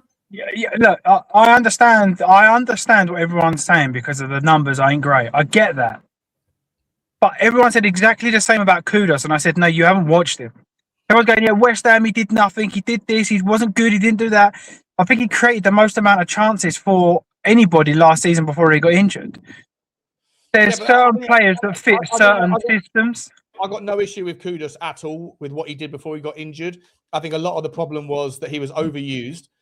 And also, I think the strategy that he was asked to participate. I called this by like game week 2. I know I say that I'm not into doing the I told you so's, and I end up doing the I told you so's thing. But generally speaking, it's because I get fucking called out on fucking Gift Orban going to Turkey, right? It's like, when you get the amount of fucking rebuttals, you have to call things out. But in Kudus's defense, he didn't have the. I don't think he was asked to whip the ball in. I think he literally was asked every single time to fight for the corner. And I said it in game week 2. I said that is by design. He could whip that ball in a lot earlier than he is, but he's waiting for the fullback. But do you not think that it could be the same for Savio? Because I'm the same. When people said about Kudus, I said, no, you've never seen him play. And the first thing I would say is numbers. And I said, no, the moment we get him in, he's going to beat his man time and time again. He did, with the right coaching and the right system, he's going to be delivering chance after chance after chance after chance. And look, I'm not saying he shouldn't have had more numbers because he absolutely, Savio, by the way, he absolutely should. But I've seen enough from him at both teams to think this guy beats his man and causes chaos every time he plays. And for me, it's like what I've always said to you. I think in this system with Kudus and Savio, you're going to have to double man mark both of them. Bare minimum one of them. If you double up on Savio, that leaves Kudus open. If you double up on Kudus, that leaves Savio open. And I believe that's exactly the same argument. I mean, again, been making that argument for a long fucking time, right? The benefits of having a dual attack. And again, back to your point about Kudus, when Kudus was the only option that we had on the right because Tel wasn't being played. I think we were playing Xavi on the left, and he wasn't that sort of guy who wants to cut in. But if you have two wingers that want to get on the outside that hug the touch lines, then you have to and both of them can take their man on. And if it's Savio or if it's Tel on the right, because Tel, by the way, is just as good at beating his man down the outside as Kudus is. No chance. No chance. Fucking prove it, James. Okay? They do. Tel is better at beating his man than Kudus. I'm sorry, mate. You've lost it. On the right You've lost it. Do you want to get the fucking stat? I've got positional I based. don't give a fuck about that. I see it with my eyes. You clearly can't then. You're fucking cross-eyed, you donut. I don't know what you're talking about, okay? Statistically, Mathys Tel on the right-hand side beats his man every fucking time. Kudus, I'm giving you the benefit of the doubt here. Kudus, where I agree with you, he beat his man, then he would wait for the fullback to get back, put his foot out, and they get a corner kick. Because that dickhead fucking Thomas Frank wanted to whip the ball in from a corner kick every time. Okay, but my point being, if you have two men on both sides, whoever they are, you can make the argument the same for Man or Solomon. We have tricky wingers. Right? If you have Solomon's a tricky winger that can beat a man. Kudus is a tricky winger that can beat a man. Savinio's a tricky winger on either side that can beat a man. Mathys Tel is a tricky winger that can beat a man. The key part of all of that is that none of that fucking matters if you haven't got someone in the fucking middle of the fucking goal who can knock it in. And Richarlison's a donor, and Solanke goes AWOL. So I thought you liked Solanke last season. You're a striker. No, I think Solanke has been. I think Solanke is a victim of being a team player. I think Richarlison is the beneficiary of being so shit that the only way to get any value out of him is that you have to put the ball, you have to adapt to him. Solanke is someone that under Ange Postecoglou would do all of the fucking hard work and Brennan Johnson would tap it in the back post, and half of Brennan Johnson's goals should have been attributed to, or 50% of the fucking XG should have been given to Solanke because he was doing all the sacrificial lamb stuff. Last season, when he played, he was coming deep too much because that was also asked of him from Thomas Frank, and he just does what he's asked to do. I need Solanke to be a little bit more selfish, but in an ideal world, neither of them are there. Neither of them are good enough. I just need a fucking a striker that does striker things. Like everyone's trying to be Harry Kane, and no one can be Harry Kane. Right, you can't. Like, you're a 9. You're supposed to put the ball in the back of the net. Be in the box. When the ball gets put in the box, I need you fucking there, and I don't need the rest of the team doing everything to accommodate you. I need you to just be a part of the team. The team does what it does, but then you are there to finish your dinner, and neither Solanke nor Richarlison can do that. Yeah, I agree. Your time is still going, Sean, by the way. I do agree with that statement, to be fair, and that's, I've said that the whole time. Richarlison, I mean, me and Adam went toe-to-toe continuously week on week about how crap he was. I said the same thing about Solanke. For me, I don't think Solanke's... Adam's guy that gets caught up with his loyalties towards certain people, like because he's married to a Brazilian. He thinks that anyone that's got the fucking green and gold in their DNA is like a superstar, and they're not. But for me, what you're saying there about Solanke, personally, I don't think it's that he tries to be too much of a team player. There's just certain players that know where to be and when to be there, and he doesn't. So to make up for that, he does extra running, in my opinion. He's never been a poacher. He's never been that guy that finds space in a crowded box. For me, he's just not good enough. And that's the only way to put it down. He's just not good enough. He's not a goal threat. Listen, I would never die on the hill of Solanke. All I ever said was people that think that Richarlison is better than Solanke and they're using it on the output. I would say let's look at the context of that. And for me, the context of Solanke was that, as I said, I'm not going to repeat myself, but under Ange, he was asked to do things that no striker should have to do. And under Thomas Frank, he did things again to like come deep, and then he wasn't able to get back. But then he got injured. Solanke's injury issues are a problem. Solanke's like willingness to, like the fact that he had a sore throat and didn't play in one of our biggest games. Like, what the fuck was that? I don't know. He must have had some severe tonsillitis or whatever to have justified that. It's a sore throat, bro. How necessary is your throat in a game of football? I don't know. Not often, right? You're not like you're a vocal player. So like, I've got no issue selling Solanke and no issue selling Richarlison. The problem is that this the driest market ever for strikers, and if you had to pick one that has to go all day long, it has to be Richarlison, right, Kate? Yeah. I mean, look, Solanke's injured again, I believe now. I think he was videoed limping. I mean, it's like trying to pick. That's ridiculous. Whether you want Jimmy Savile or Rolf Harris to babysit your kids, isn't it? It's like, what do you think? An analogy. It's the Richarlison scores more goals than Solanke, but Solanke does a lot more with the ball. Plus, I don't think Solanke has been given he's been given enough time, but I think under a better manager with better service, he will score more goals. Yeah. But in an ideal world, we get rid of them both because they're both Yeah. absolutely nowhere near good enough. And when you think we had Son, we've had the likes of Son and Kane, you know, and all the partnerships, Keane and Defoe, you could go on and on. We are really scraping the barrel with these two donuts that we've got up front. Yeah. And look, you know, I heard, I think it was actually Flower. I don't know if he's still there. It'd be ideal if he was, because it would be another chance for me to wreck him. But I think he was saying that he expects this season that Tottenham are not going to get like 15 goals from a striker. We're going to get 7 goals from like 8 different players, you know, from the Conor Gallaghers and this, that, and the other. Conor Gallagher in that first half of football, I mean, he hit the post with one opportunity. Oh, there he is. He's back. That's what you said, Flower, right? You did say that you don't expect the striker this season to contribute 20 goals. You expect it to be spread around. Is that what you said? Your take, right? Yeah, no, I do think that it depends who it is, right? But I would say the Zerbi system is everybody attacking together. So it wouldn't surprise me if, say, Tel and Kudos, for example, start 10 each, 10 GA each, Xavi 5 goals, Maddison 5 goals, Tonali 5 goals, striker 10 goals. It wouldn't surprise me in the way that we play football that everybody kind of chips in with each other, if that makes sense. Yeah, I'm fine with that generally, but I still think that you need.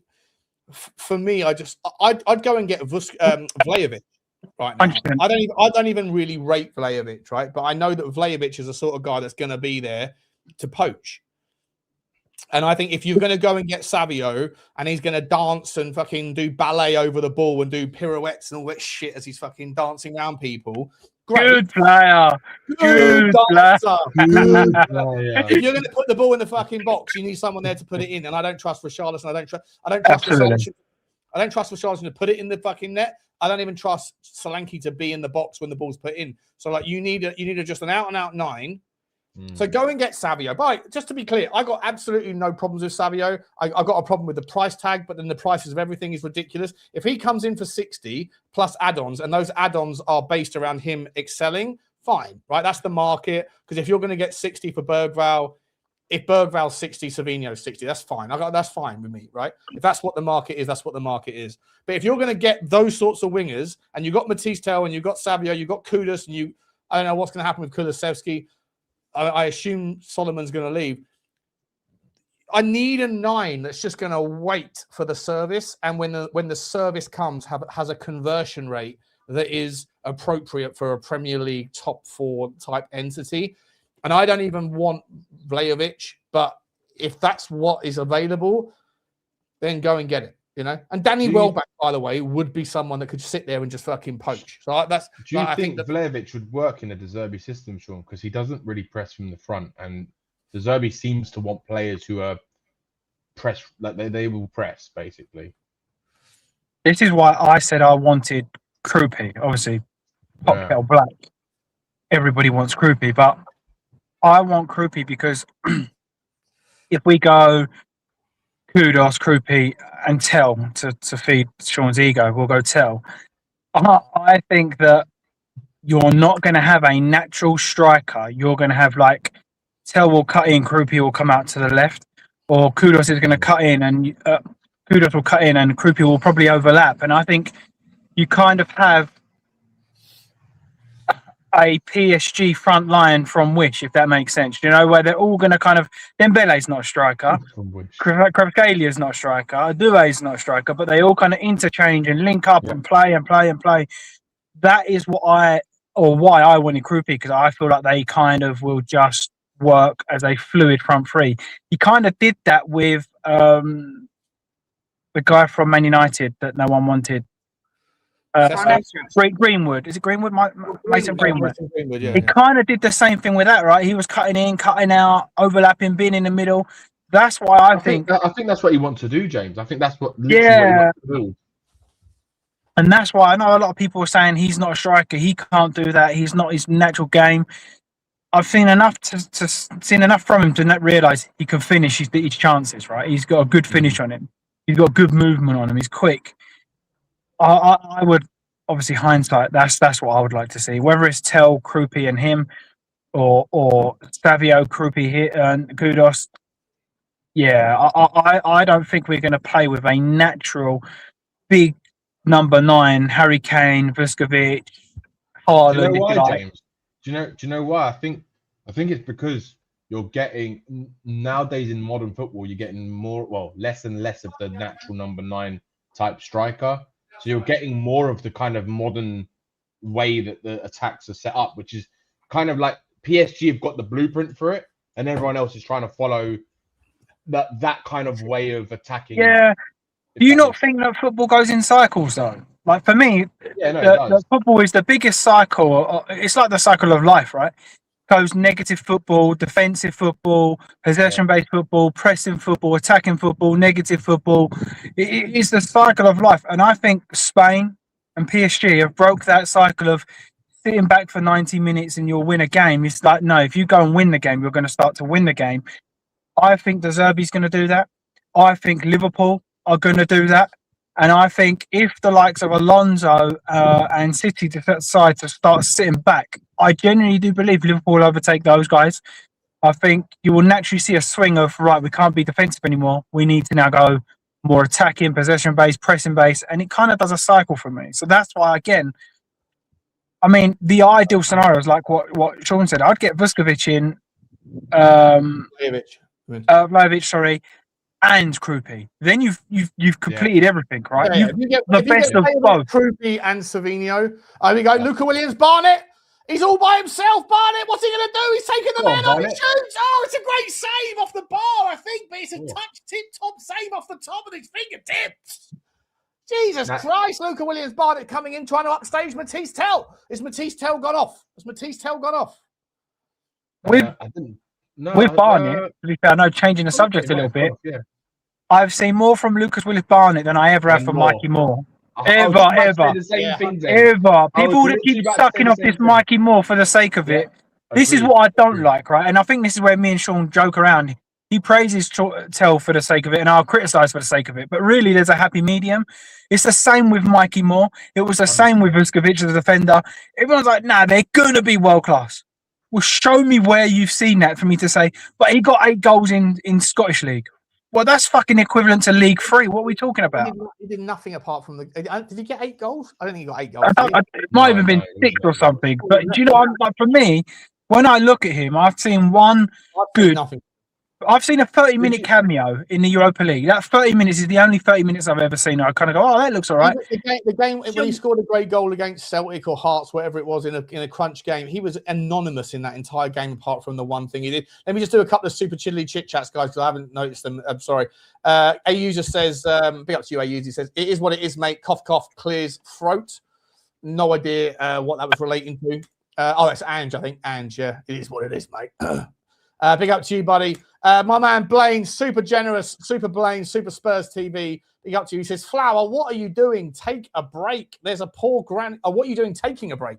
There's a poor granny out there needing her U-bend unblocked because of too much Andrex. Sean, I'll rate Tel if he can do that on a cold, windy night in Coventry. Big up. It's a cold night in Sydney, mate. It's the middle of their winter. You know, it's probably. I've got the apprentice in there doing it. That's why I keep tripping off. I'm not. You got someone in the house doing the work now, have you? Yeah, I'm busy, mate. Just quickly, you're talking about Mikey Moore, right? I actually, someone mentioned this on another show last night, but the Scottish Premiership is the 40th ranked division in world football, right? The Cypriot division in. It is Opta. It's on Opta this year, 40, right? 4-0. 4-0, right? You've got the Cypriot Division 1 is ranked 33 in the world rankings right now. I'll send you the link, right? It's Opta. This is Opta, right? Okay, that's true, mate. You had people like what's his name? That centre back from Carter Vickers. Looking like Maldini in that league. What are we doing? Good player. The Korean. Danny, wait 1 second. Just one second. We've got a round through super chat. Sorry, Blaine. Thank you so much, mate. Super generous, buddy. You heard the answer. James is taking a break. But he's someone else doing the work on it. Absolutely fine. Big up to you, mate. And listen, Mathys Tel is going to prove everybody wrong.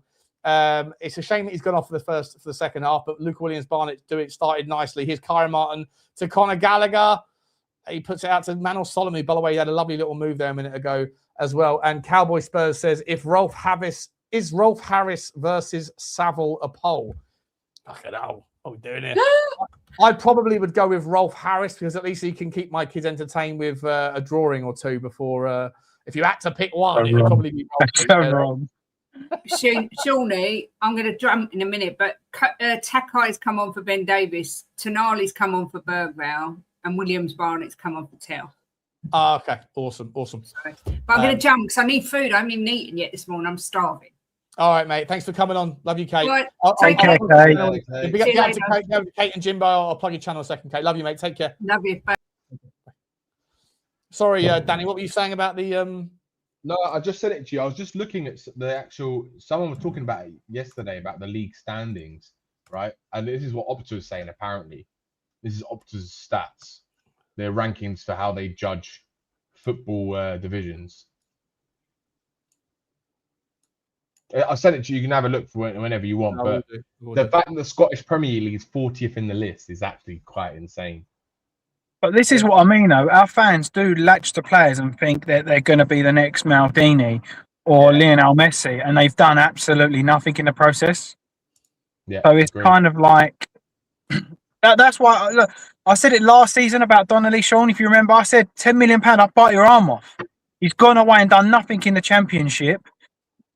Every time I look at him and go, you've got a bit when the ball's at your feet. When the ball is not at your feet, you are awful, man. You cannot run. It's he's so slow. This version of football is too slow. He's like a bus. Same with Dorrington. Phillips, to be fair, I watched Phillips for England at Norwich, and he actually looks good. He's quick, he's tall, he's powerful. He's not bad on the ball. But again, it's like, I'm happy to sell all of these players if it means we can bring in somebody else. Like, you sell Mikey Moore for 40 million, 30 million, 20 million, whatever you want to say. You put a buyback clause in, a sell-on percentage, and if he sells for 100 million, you're going to gain another 20 million. So you've gained 40, 50 million out of a player that's done nothing. Or you have the option to buy him back anyway. It's a no-brainer. It's a win-win for me. But a lot of people go, you're just selling all the youth and you're going to have no club left. Well, it's not true. You've always kind of, Chelsea do it, City do it. The amount of players City go out and they have their clauses. They go, well, we'll have you back now. Thanks for doing all that hard work for us, training him, using him week in, week out. We'll take him back. Yeah, no, I hear you. I hear you on that. I just like, but where do you draw the line? Like, I'm personally fine with selling Mikey Moore, right? I'm personally fine with selling Mikey Moore. Bear with me 1 second, Barry. I've just got to reshape the thing again. Be up to you, mate. I'm sure you can. Can you hear me, Barry? You can speak. But surely you draw the line when you start seeing something from a player and you go, right, I would like him to see how he gets on, right? That for me, I've seen, is it Hardy and Williams-Barnett? For me, I've seen them and I kind of go, oh, I like that. I don't know if you're ready. I like that. Yeah, agree. Sure. I haven't ever felt like that with Moore. No, I haven't. No, I've been a bit like, okay. Yeah. Sean, I will jump back in 10. Literally 10, I'll be back. You asked me to keep fucking changing this fucking dynamics around. I can sort it out. Just found fucking space for Barry, and now you're dropping out again, are you? No, I've got an ice cream in there. I ain't got a clue what he's doing, so give me 2 minutes. Okay, just drop off and I'll see you in a little while. Appreciate you, mate. How you doing, Bazak? Good to see you. I'm all right, mate. I was driving past your house the other day and I tried to give you a call and it says this number's not connecting. So you've changed your number 500 times probably since. So, you know, mate, how it is. It's a good ball. That McAllister, by the way, he's about to score. He has scored. Fuck it. It's not him, it's someone else. But Jesus Christ. We're 1-1. We're 1-1. Do you want the link? Have you got the link to the show, Barry? I've got a stream link I can send you if you want. No. I'm all right. I'm all right, mate. I'm all right. You're not watching the game? I'd rather just listen to you guys and talk. Fair enough. What do I want to? Watch some 16-year-old kid that you're going to gas up like Mathys Tel, Sean? Yeah, that's what I want to watch. Yeah. Oh, you're on the Mathys Tel. You're still on that train, are you? Of course, I'm still on that train, mate. Why would I not be on that train? Oh, Jesus Christ! Because he's obviously a fucking superstar, and you're just being a donut. What a donut. What a donut. Well, Sean, Danny, what Danny forgot to mention, I'll put it in the chat, is that you know, Scotland may be the 40th ranked league according to Opta, but Danny's the first ranked C-bomb according to Opta as well. So. We've figured out the way to say it so you don't get demonetized, and it's not. Yeah. You go, can't. You do that. Okay. Yeah, Danny's a number one according to Opta. You got to say it, Nick. No, I don't want to be. I've already said it twice, Danny. I don't need to be. How are Tottenham 1-1 against Sydney? I blame Conor Gallagher for this. He's had an absolute shocker. Is this the same team that played against Chelsea yesterday? It's not, is it? What was the score in that game? I don't know. Last I saw it was 4-4. I don't know if it's the same Sydney team. Won't be the same team. They won't have played yesterday and then played today, will they? You know, possibly. Everyone's injured apparently. Archie Gray's mistake was it? Was it Archie Gray's mistake who screwed us? The captain of the football team. Yeah, future captain. Well, he's current captain today. Wow. You know, says it all. But everyone that's not playing or in the squad is apparently injured according to most people. So that's quite funny. Do you think they're not injured? Well, if Fernandez is injured after playing one game, then what are we doing? A lot of rumours knocking around that he's not fully fit. Well, and then Tottenham doing they know we're just managing his minutes. He didn't play at the World Cup. No. Like, what are we doing here? He didn't play at the World Cup, and yet he's fatigued. Well, what? Maybe he's just he was at West Ham, so I don't know. This referee needs to fucking have a word with these Sydney players. They're taking this. They're throwing in some tackles, aren't they? They're throwing in tackles. You are watching the game then? No, I've got my sources, mate. About mate, just ego. Look, he's watching it. He's just a fucking You're being a cat. Here you go, Barry. Check the fucking private stream, mate. There's a link there so you can be synced up with us. All right. What a stupid cat. Yeah. Mate. It's no need to be like that, is there? Who's this on the ball now? This is Ty Hall, is it? 89 is Ty Hall. 89 is Ty Hall. Good, isn't it? This is good. Who's that? No, it's Tonali. Tonali's getting a little bit pissed off.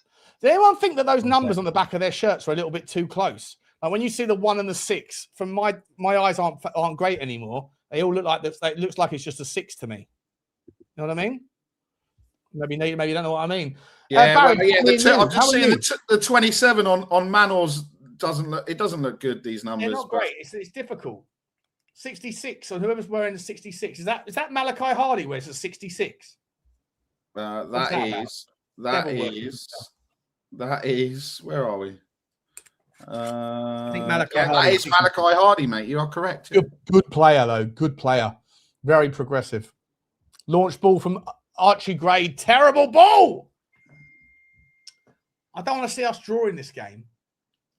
This is mental.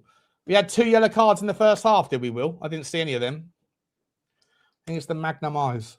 What's Archie Gray gone for the old Kevin Costner, Barnett? I don't know what's he doing with that hair, mate. I don't know what you're doing with it. You know, you're not blessed with the looks, right? You're blessed with the footballing talent. You're going to get yourself a smoke show girlfriend, Archie. It's all good, but don't try to be something you're not. And if you're growing your hair to eventually put it into like some sort of bangs or some sort of like Jamie fucking Maddison bollocks, then I don't know.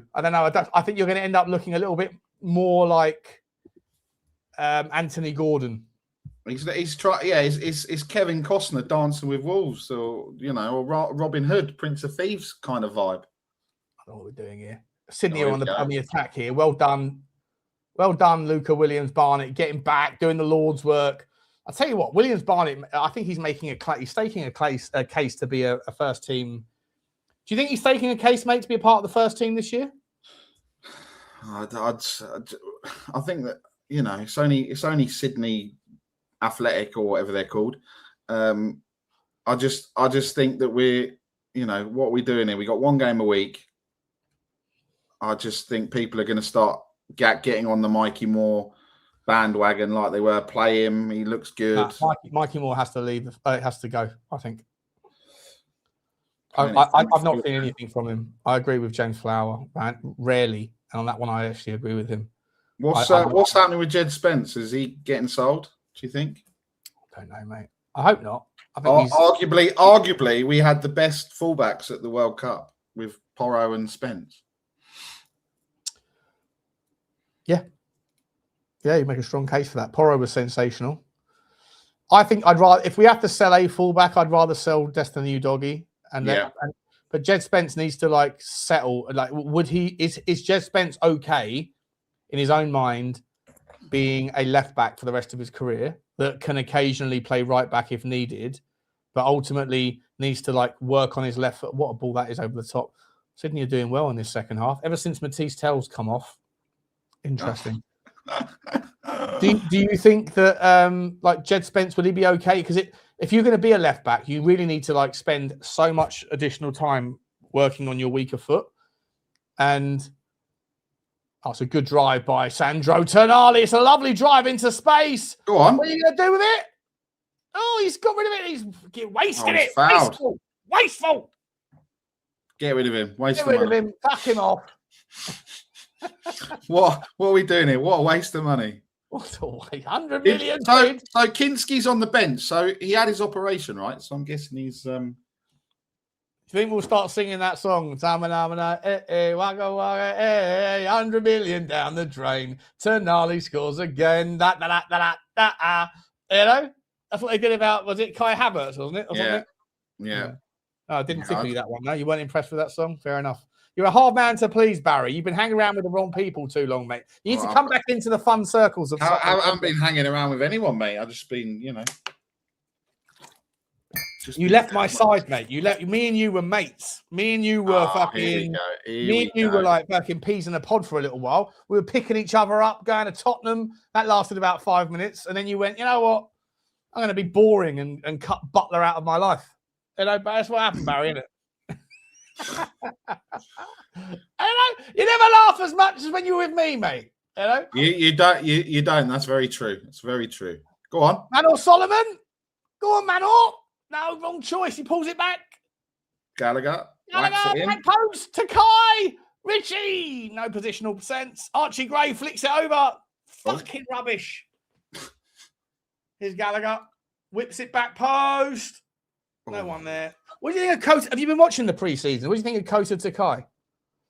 Well, this is actually this is the first bit that I've actually been watching, so I don't know what are we doing with all these centre backs? You know, are we just going to keep them all, or what? We want to build a dam, I think. Are you not been watching the pre-season then? Well, no, it's only the second game, isn't it? Third game. All right, third game. So no, then I didn't even know how many games we've been playing. And your YouTube channel's been shut down for a couple of years now. What YouTube channel? I didn't. Go on. He's in here. Karaman! Just a heavy touch. Oh, Richie's gone down. Oh, come on, ref! That'd have been given in the World Cup. Yeah. Sorry, it's not the World Cup anymore. Sydney are going to win this game. It's not the World Cup anymore. It's the Bribery Cup. That's what it's going to be renamed to. I've heard rumours that that USA is going to swap with Saudi Arabia for the 2034 World Cup that was supposed to be at Saudi Arabia, and that if America win the bid for the 2038, and they will win the bid, because all of a sudden everybody in football is like, have we seen how much more additional money we can make by doing it the way that America did it? It was just a farce from start to finish. I mean, that halftime show. I mean, Justin Bieber coming out with a little ballad. I mean, it's just, you know, Wayne Rooney got his spot on. What was that? Wayne Rooney, actually, out of all of his punditry over the World Cup, that's the best thing that he said, I think. Glad when it was finished, and it was crap. So the fact that he came out and sung Hallelujah looking like he was just got off a park bench in front of 1 billion people. And have you also seen what Infantino's told the country? Sign up to this World Cup sell-off in 53 days and you'll get $40 million each. If you reject it, you'll just get $10 million. What World Cup sell-off? So did you not see that yesterday? No. Basically, Infantino Never is seen selling it. the World Cup off to the highest bidder, to investors. He wants to privatize it. Yeah. Mate. And apparently What has happened to around this 15 billion, world? Sean. The last 10 years, this planet is like, I feel like CERN has like slipped us into a different reality timeline, and none of us are fully aware of it. But the world has just gone absolute bonkers. Corruption is just now overt. Like at least back in the day, they had to go to some degree to hide it. Yeah. Now they don't. Now it's just like, gives a fuck. Yeah. What are you going to do? Basically, what are you going to do about it? I thought you of all people, Shawnee, would be all over the financial side of this. I hadn't seen the story. I hadn't seen the story. I'll go and have a look at it. But like, go and have a look at it later. It's absolutely so. Basically, just wants to sell it off to private investors because. Why do you need to do that? Well, exactly. Obviously, Andy Burnham's jumped straight on it. It's for football fans. It's not for It's not for the business world. And UEFA are having an emergency meeting, and the FA are ready to boycott the World Cup moving forward. It's ridiculous. Yeah, they're talking about international teams boycotting the World Cup if they sell it off. How can you sell it off? What the fuck? What is going on? Go on. Infantino basically wants to sell the majority shares, I think, to private company or a private bidder, whoever wants it. Super League is just around the corner, then, isn't it? Essentially, right? Well, yeah, it's going to happen. Super League. So Tottenham need to get themselves back into Champions League very quickly, otherwise they'll be excluded from the top tier of the Super League. It's imminente. The biggest bomber that's coming is Super League, and Tottenham right now wouldn't be invited, and that's a problem. That is a problem. But do you know what, Sean? It's obvious, like why they want to sell it off. Well, number one is for their own pockets, but also whoever controls it can do what the fuck they want with it. But yeah, of course. It won't be a game of like two halves going to a game of 4 quarters. It'll be going to a game of 9-10 minutes intervals. Go on, Luca. Yeah. He's done really well. Chance. Good save. Good shot. Tonali. Tonners.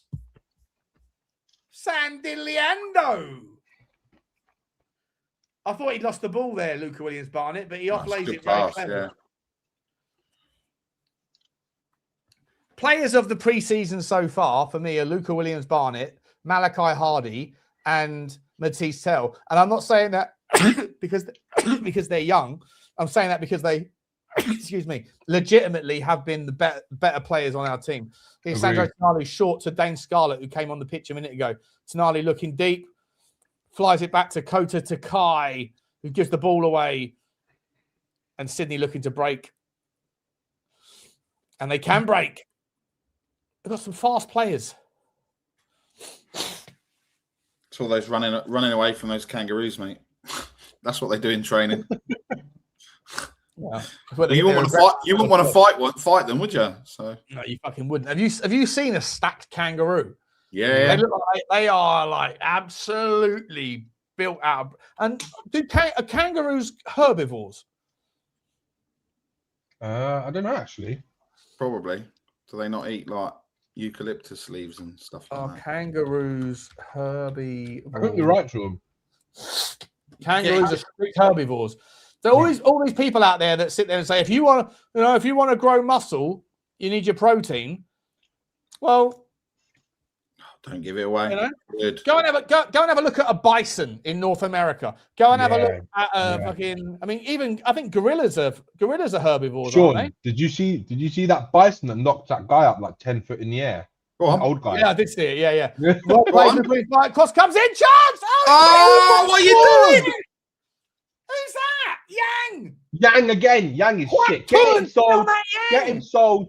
2 open goals in pre-season. You can't even score. Oh, Get him sold. What the fuck was that? He has taken a deflection. It's a little bit tricky. What a pass from Robertson. He shinned it. He's yanged it.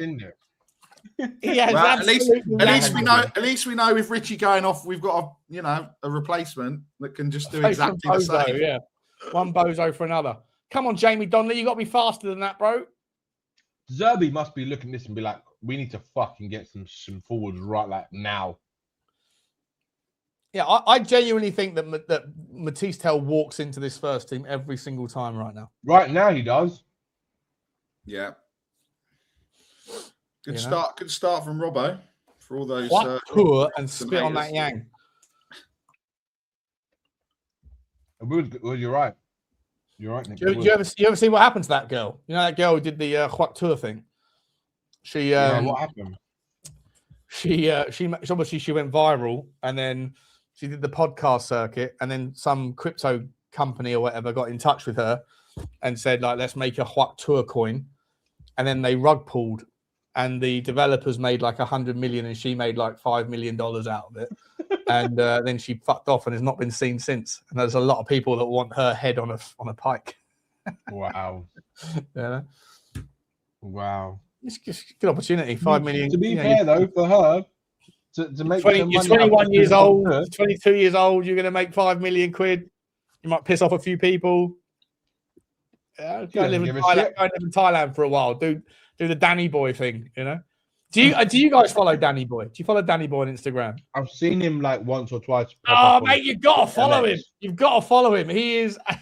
Is he the guy that like goes around and he like talks about like his night or an evening with like different women or some shit? Yeah, he's basically just a London geezer who claims that he's a gangster, and he thinks he doesn't take any bollocks from anyone. Tells everybody he'll smash their face in if they've got a problem. He calls himself the brass father. He basically goes around shagging prostitutes wherever he goes. But mate, trouble follows this guy.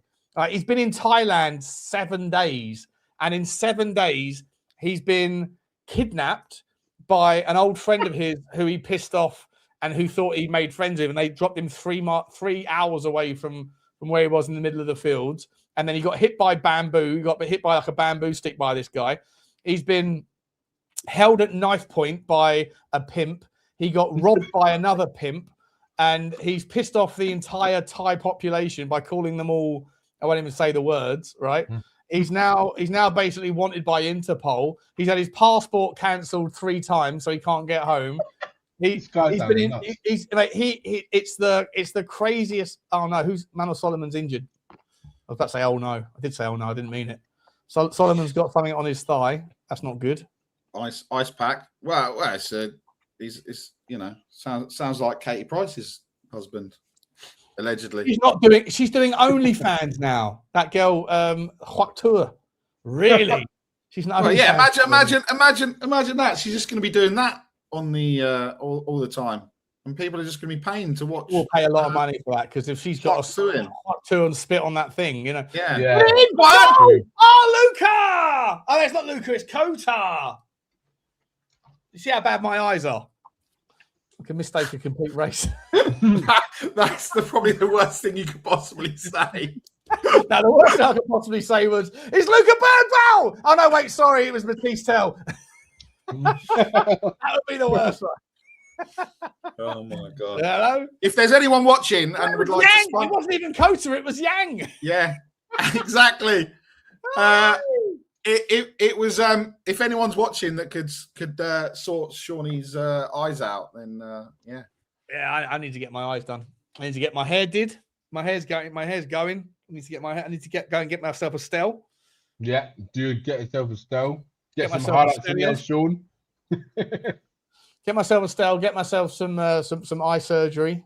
Probably a little bit of lipo wouldn't go amiss. Yeah, if there's anyone in Turkey, just hook him up. I could probably disappear to Turkey for 3 months and come back and no one would recognise me. Come back with Sean, you could change your pigment in your skin. Go Michael Jackson-esque. Yeah, do that. Yeah, go dark. Go a little bit darker. You know?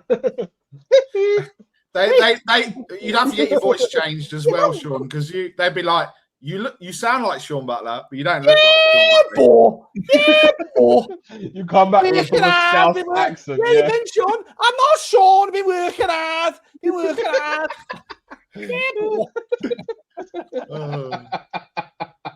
Oh, it's good balls. Good ball for Donnelly into Yang, is it? No, yes, it's Yang. And he's put the ball. Yang's got to go, by the way. He's got to go. He's awful. Yang is fucking dog shit, mate. Yang is toilet. Go on. Oh, here's Dane Scarlett. Honestly, what are we doing here? We're up in I'm drinking drinking before midday to watch Yang and Takai and Do you think Donnelly. De Zerbi at this, Sean, and he's like, what the fuck have I got up front? Like, seriously. I don't know what we're De Zerbi doing. can't be happy with this. Dom Solanke's got a knock as well, apparently. Not that that makes a difference. Oh my god. To his throat. I I can't play. I dislocated my little pinky. I'm out for 2 weeks. Shut up, you dozer. Oh yeah, I forgot to mention, by the way, OK Jersey, 10% off using using Sean 10. Here comes a cross. Go on. Robertson. Oh, unlucky. Donnelly. No. Oh. What are we doing here? What are we doing here? Doing it again. Yeah, the only story today is Mathys Tel, and I'm happy to tell it. Tell it. What, Barry? Why is it that you are so anti Mathys Tel? Are you just being a miserable cunt? Oh no, I mean, See, that's why you shouldn't get into the thing of saying it, because you then just say it the wrong way and then you get in trouble. No, look, I just want better, but I don't see it. I think, some people saying he's gonna get 15 GA this season, but I just don't see it. I just don't see it. He's just not good enough. Sorry. I think but like you said, at the moment, he gets in this team, but is that what we want? With one game a week? I don't know. Maybe that's all we can get. I don't know. No, I think that Mathys Tel is more than good enough. I think he's a Premier League level player. I think he's going to learn. I think he's going to upset a lot of people who have these silly takes like you that don't want to update. Well, if he proves me wrong, I'll be more than happy to hold my hands up. But at the moment, he's not done anything. And I'm glad to hear that, mate, because I think a lot of people. This is what annoys me a little bit about some of the people in the content space is that I'm all for dying on a hill for an opinion because it's good content, right? Like it's good banter, but don't die on the hill where for you to be wrong, good things happen for your football club. Yeah. And you don't want to see it. Like you would rather not. So this is why, again, like with Stel, I love the guy to pieces, but like I felt like towards the end of last season, he would have preferred Tottenham to have got relegated because he didn't want to admit that he was wrong.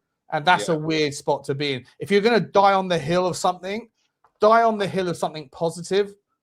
So that if you're wrong, okay, it's a bad thing. But if you're right, then everyone should be able to celebrate it. But if you're someone that's like open-minded and go like, I don't think he's good enough, but I hope he proves me wrong, that's fine. It's absolutely fine, right? Because like you can have an opinion. Yeah. Like, if I don't think Yang's good enough, I don't think Donnelly's good enough. I don't know who these kids are that are coming on now. There's a person who just walked on the pitch that I've never seen his face before. I think that must be Byrne. I don't know who this guy is. Number 88. Right. But I don't know these people. I mean, my point being, I'm happy to be wrong if it means that Tottenham do well. So I don't think Yang's good enough. If Yang comes in and scores a hat-trick on the first day, love to be wrong about that, right? Because it means good things for Tottenham, you know? Tyler Tingy. Tyler Tingy is on. Is not 88. Tingy? Tingy? Tingy or Tingy Strider. I've never heard of him. Tingy Strider. These kids, imagine these kids, right? 35, whatever it is, 35-man squad going first class to, Australia and New Zealand with all these like famous footballers. They're just loving it, aren't they? What would they be doing normally? Down the park with some Magnums? Nothing wrong with that, mate. I feel like Magnums are getting I didn't say there was, Sean, but I'm just saying a normal 17, 18-year-old. kind of were inferring it. Hello? You were kind of. I didn't say they were walking their dog in a park, did I, with a Magnum? You're kind of inferring that a day down the park with some Magnums is like the lesser of those options. And to me, nothing better than a day down the park with a Magnum or two, By the way, Tyler Tingy, from now on, we're calling him Tingy Strider. Okay? Like that singer. Strider. You're number one. Now, I don't understand why you're number one. Oh, I lost the ball. Before now, you're the one. Remember that song? By Tingy Strider. That's N-Dubs. N-Dubs and Tingy Strider. Yeah, we've got Tyler Tingy. He's Tingy Fucking hell, I Strider. haven't had any of Oh, those look, there's things. Madders, there's Van der Ven, there's Van Hecker, all injured, sat in the stands drinking Sprite. I'm sure they're not allowed to drink Sprite, so I don't know why they're doing that, but there you go. Sitting Maybe, there maybe they got a sitting there cheeky Magnum in there. Maybe they got cheeky Magnum in there. Listen, if I was like, if I had to be, I've done it many times. I've gone to meetings where I've got a can of 7-Up and it's been preloaded with a couple of shots of vodka. You know, sometimes it's the only way to get through these boring economic scenarios. And this is what this is. It's an economic scenario. We're making about 2-3 million quid out of this. 86,000 people. There's a lot of empty seats, though. There's a lot of empty seats today. Yeah, but it's a bit of a weird one. I mean, you can understand going to South Korea with Sonny last time and everything else, and that being packed out. But you would have thought, I guess, well, unless they were hoping Ange was still going to be here, maybe that was the thought process behind it. So, well, they're paying $200. Like someone in the chat earlier would say he's paid $200 for the Chelsea game. wow. But I'm not sure if this is this stadium the same stadium. Can anyone that's watching, is this the same Angkor Stadium that we're playing the next game in on Saturday? I don't know if it is. I haven't really paid attention. £105 a ticket. Allianz Stadium. This is Yeah. we're playing. So where's the? Let's go to the preseason. Oh, what the fuck is that, mate? Over the top. We are playing in. We're playing here against Chelsea on Saturday. It's the same stadium. So this stadium holds 85,000 people. Must be a massive stadium. They haven't really shown the stadium too much. But there's a lot of empty seats. You can see empty seats absolutely everywhere. I know this is against Sydney, and I'm sure it'll be full out against Chelsea, but for like £100 a ticket. Yeah. Barry, that's a lot of fucking money for a pre-season friendly, isn't it? It's to watch Yang. To watch Yang and Jamie Donnelly and whoever this Tingy Strider is. Like, what are we doing here? Yeah. You know? Yeah. As the captain. Well, also that we then, I don't understand. We're playing what? Obviously, we're then playing Getafe at Hotspur Way, and then we play Hoffenheim in the stadium, and then we're playing Hoffenheim the day after at Hotspur Way. What the fuck is that, mate? Honestly, what is that? Like, Barry, like you're a smart man. Like, what is our fucking pre-season about? Can you make sense? I haven't spoken to you for ages, man. So it's great. By the way, it's great to. I'm giving you a bit of banter earlier, but it's great to see you, mate. What is this pre-season tour? Like, pre-season tours back in the day were great. You play against Leyton Orient, you play against Barnet, you play against like a Southend. That would be local. I've got no problem with the whole tour thing. I totally get it for the Australian fans. You know, you could make an argument though that it's not just Australia that we have a big fan base in. Like, when do people in America get to see Tottenham play? Like, either way, like, with all due respect, I think it's a bit of a piss take to Australian fans to pay £100 to then see basically all kids. Yeah, I mean, it's a bit weird. Obviously, I don't know whether them lot down the road are doing the Emirates Cup or whatever they're doing. I don't, because they're playing Dortmund and Como and everything else. But if you look at them all now, like, obviously Villa are going off to the Far East. Bournemouth are in Austria. Brentford are having 2 games. That's it. They're not doing anything special. Brighton the same. But it's not like it's, the usual, I don't get it. Like, Everton are going to Germany. Like, I get it. They want to try and get their fans around the world. But, you've got like Ipswich, for example, they're playing a game at, obviously it's not going to be the same team, but they're playing a game at 12 o'clock at Oxford. And then they're playing a game at 4 o'clock at Wickham. And then they're playing Real Vallecano at Portman Road 4 days later. I mean, like, none of these pre-season friendlies, like you say, when it used to be like, like if it was like Wickham, Watford, QPR, like all the local teams that were above them in the leagues and everything else. And now it's, what you're getting one home game. I don't think there's any preparation from this. Like, Andy Robertson's come on the pitch. I didn't even notice. Did anyone in the chat? Big up to you, Adam, by the way. Good to see you, mate. Didn't even notice. Andy Robertson comes on the pitch. Almost there's a good shot there, saved well by the keeper. I'm just like there's no ability to fucking learn any chemistry if you're going to do it this way. No. And chemistry is important, right? But like, are we actually going to see the first 11 playing in a preseason friendly? I don't think we will. I mean, what I think that's why they've done the double header with that Hoffenheim. Do you know what I mean? So do you think we go what? Kinsky, Porro, Spence / Udogie, Van der Ven, Van Hecker, Maddison, Tonali, is that the game that's going to have the ones but that's one game. Like one game and then you go bang 2 weeks later the season starts. It's crazy, right? It's not just us though, is it? There's other teams that are dealing with the same thing, aren't they? So no, I know. I think Sean's right. Are we sitting there thinking, well, we've got a reasonably good start to the season. So do we, but we're not going to get the chemistry. And then, oh look, all of a sudden, international break comes just as maybe we're hitting some form. I don't know. Normally about 3 weeks into the season, isn't it? Yeah.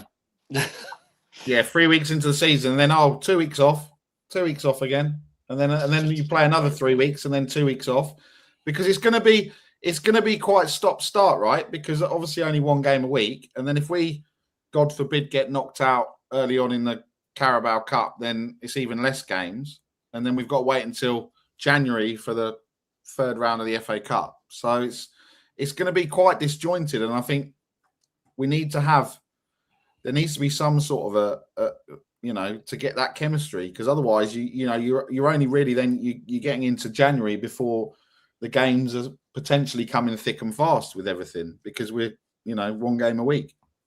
Don't know, maybe that will help. Maybe they'll do some for me, I feel like pre-season is not just I think there's more to it. I feel like it should be, if you're charging people £100 fucking quid a ticket, $200 a ticket, yeah, and you're Australian, you want to be able to see Tottenham. You don't want to see Tottenham's under 21. You wouldn't pay 100 quid, would you, to do that? Right? Yeah.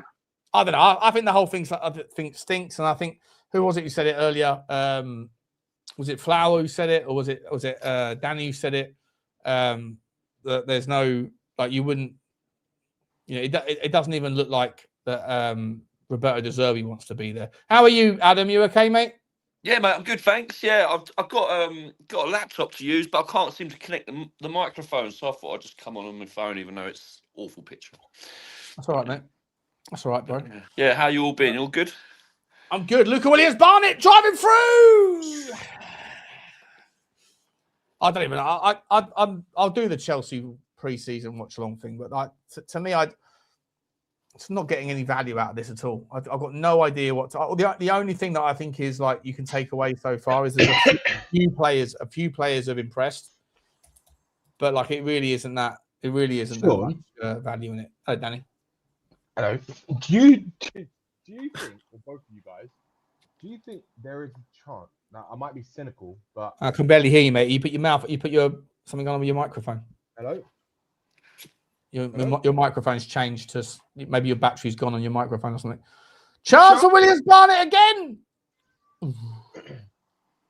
Say again, Danny. Is that better? Not really, mate. No, your mic's gone all muffled and muted, and like you're coming through a different source. Mic. What about now? No. Not ideal. Can still hear you though. Can still hear you, but just it's really quiet. Let me get a different headset. Hold on. Tonali taking the corner kick. I've not been wildly impressed by Tonali in pre-season, if I'm entirely honest, so far. Haven't seen too much. He looks very casual, doesn't he? Yeah. Back post. Who's number 55? Is that Tingy? Oh, who's that? Burn? Who's number 55? Oh, wow. Gone each other's way, I think. Oh, Mason Melia's on. That's Mason Melia. Oh, that's interesting. Was that Yang getting in the way of Mason? When did Mason Melia jump on? Don't know. Go on. He's got fortunate, with Mason in his name, unfortunately. So. Is it still shit? Yeah, I it's think not ideal, Danny. It's only coming out of one side of your thing, and it's muffled, mate. Go on. Look at Go Williams on. Barnett again. He's Do you know he's that desperate Williams to impress. Barnett? I think we've Desperate to got to impress. keep him around our squad this season. 100%. Yeah, 100%. Luca Williams Barnett for me is good enough for the bench. Good enough. For the Yeah, bench. he shouldn't be loaned out. 'Cause do you know what? If you end up loaning him out and he ends up liking where he is, or his bloody brother plays there or something, we're going to end up bloody losing him as well. Do you know what I mean? Yeah. That's better. I'll put my other mic in now. There you go. Do you guys think that there is a chance? I might be cynical or not, but you're where have you gone? You're there, but you're not there. He's there now. Okay, no. you're there but not there. Yeah. Do you think there's a chance that he's playing these youngsters to maybe show the board maybe that, well, look, this, if my players are injured, this is what I've got, right? That's it. Game's over. Oh, it is game over. It is 1-1. Like, do you think it's him also trying to say, look at that, we're still trying to nurse these injuries that from last season and the season before. I'm trying to nurse these players back in, but if they're not there, this is who we've got. So is it maybe another way of saying to the board, well, look, we need to hurry up because this is what we've got? Probably, arguably to some degree. I think there's something to that. But I don't know, man. Like, pre-season for me is fun. Generally, it's fun. It's a fun time. But this pre-season sucks. I'm not. Yeah, fan of it. agree. I'm getting nothing from it. I sit there and go, I don't know what to make of any of it. Like, Mathys Tel, everyone that doesn't want to give him credit is going to sit there and say, well, he's done it against this and that. There's no quality in the standard. If he does it against Chelsea, people like, even the players that are doing well, you're never going to be able to take anything from it, because regardless of your agenda or just actual real opinion, there's a truth to the idea that you can't take from it. We're playing 3 first team members, 3 subs and 5 kids in every version of 45 minutes, and we're playing against shitty opposition. Like, I just, there's nothing about this that you can take and go, kind of run with, and I just find it pretty just unhelpful. Like, can anyone form a good opinion about anything right now? It's very hard to be honest. Look, it is hard to, because It's hard work, isn't it? the reason why we all feel a bit like this with this preseason is because for pretty much majority of these games, we've hardly seen our first team. It's literally been kids the whole time, with a couple of first teamers spread in between here and there. And that's what it has been. So it's like watching the youth games, right? And it's a little bit worrying, because you're thinking the season starts in like 2 weeks. So how are the first teamers gonna have the fitness to play like in the Premier League when it starts? Yeah, I don't know, mate. To be honest, I honestly don't know. I'll tell you what, I'm probably going to do this for an hour. I'm gonna put the link into the chat if anyone else wants to come on. Big up to Barry, who's dropped out. Adam's coming back in. We'll just do this. We'll do this one at a time. If anyone wants to come on and have their say, just for a quick hour, and then we'll round off. There's the link, guys. We'll do it one at a time though. So and if Danny or Adam, if you guys want to stay, you can. If you don't, you don't have to. But there's a shootout. Yeah, there's a shootout. I came here for a fucking shootout, right? I didn't know there was a shootout. I didn't know there was a shootout. Oh, we got penalties. You know what? Okay. Why is there penalties? Everyone wait out. Everyone wait before you come in. Before you come in. All right. Let me pin the. Look at Williams Barnett's first up. Let me pin that chat. All right, you can come. Hang on, what are we doing here? My stream's not even showing it. Pin message. Here we go. Luca Williams Barnett with the first. Oh, it's deliciously cool. He's done the Panenka. He's done the fucking Panenka. What are we doing here, Williams Barnett? You dirty little git. You dirty little git. How dare you? Fucking 17 years old. You're trouble. And I love it. You're trouble. Cold. Ice cold. He's going to start doing the cold celebration, isn't he? He's going to start doing the ice cold. Luca Williams, Barnett. Luca Williams, cut your Barnett, you donut. Who's this geezer? Who's this geezer? Oh, they've all got terrible haircuts, haven't they? Look at this guy. He's got bangs. It's like the Archie Gray, Australian Archie Gray. Yeah. He's like Gopovic or something. There's a lot of Australians that have got like some Eastern European in, you know. That's a dirty dirty pen as well, to be honest. Ooh, Sandro Tonali. Hey, Sean. Hey, it's a me! It's a me, Sandro Tonali! Dirty. Let's go. What are we doing here? Go on. Please don't miss it. Come on, Tonali. Oh, it's a good pen. What a Good penalty. pen.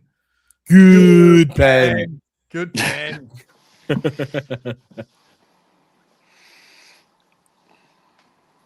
He's quality. He knows how to hit a ball. Do we get a trophy then? I don't know, actually. Yeah. It must be a trophy. If there's a penalties, there must be a trophy on the line here. What are we doing here? Does Andy Robertson get to lift his first trophy as Tottenham captain? Brilliant. We didn't even get Kinsky. Didn't even get 45 minutes today. No, he didn't. Who's this? Who's taking the pen? It's a good pen. Whoever it was. Who's number 35? Number 35 is. Number 35 is. Don't see his name. Number 35. How much game time has Kinsky got in the first? Who the these fuck is first number three friendlies? 35? Who was that? Number 35. There's no one on the squad list who's number 35. Yeah, I couldn't see it. Did he not come on? Oh, Who was that? Who was that? Number 3. Big up to Andy Robertson. Andy Robertson. He doesn't miss. Hey. Good pen. It's a good pen. That is a good pen. Who was number 35? I think someone snuck on the pitch and gone, I'll take one.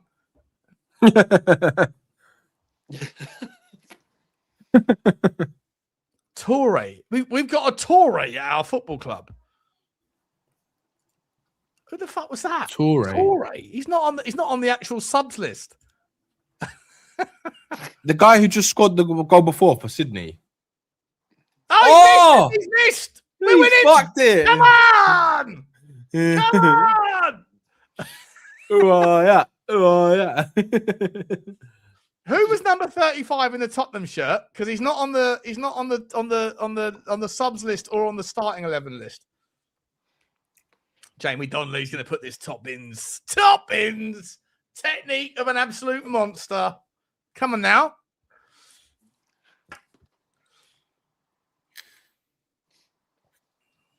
$35 wasn't us. Yeah, it was the other guy, Sean. It was the 35 was from Sydney. That's what I was. He's watching the wrong game, bro. That's why I was confused. I was thinking that the guy who scored was the Sydney player. Oh, Donnelly's missed. Oh, Jamie! It's a good save. It's a good save. He plays for Sydney, you donut. Oh, okay. He's their player. Jesus Christ. Well, I've only had one. I've literally only had 1.5 magnums. That is it. That's just me being a donut. Jamie Donnelly misses. Get him out. He's got to go. Yeah, he's got to go, Shawnee. He's got to go. He's got to go. Yeah. Popovic. Come on, Dubravka. Come on, mate. You can do it, mate. I think I'd have had Kinsky and goal for What penalty. a save from Dubravka! That was We're a great winning save. again. Unlucky Popovic. Unlucky What a lad. save. Get in there. that focus from him was like, yeah, I'm not letting this in. Woo. What a fantastic What a save. save. Superb. Do you know what? I think Vicario is one of the worst keepers we've ever had for penalty shot stopping. Oh, he's useless at penalties, mate. Come on, Dane. I feel like Dane Scarlett looks a little bit like James from Spurs Related in the face. Just no, he looks like George. He looks like George. It's good pen. Side That is net, good right by penalty. the post as well. It's one of the best pens you can see. That is. Does that mean won the shootout? Yeah, he won the shootout. No, there's one more to go. No, it's done, isn't it? We're done. Yeah. We're done out here. Done. Well done, Tottenham. We got the trophy. First trophy. Hey, we won the game today. So who wins the who gets to lift the trophy then? Who gets to lift the Is it a trophy though? Is it a trophy? It must be a trophy. It'll probably be like the Ashes. It'll be about 3 inches tall. Yeah. What is that about? Unnecessary trophy. All right, listen, we've got some super chilly chit chats. Code Sean10 for OK glasses, says Cowboy Spurs. I got to you, mate. Thank you very much.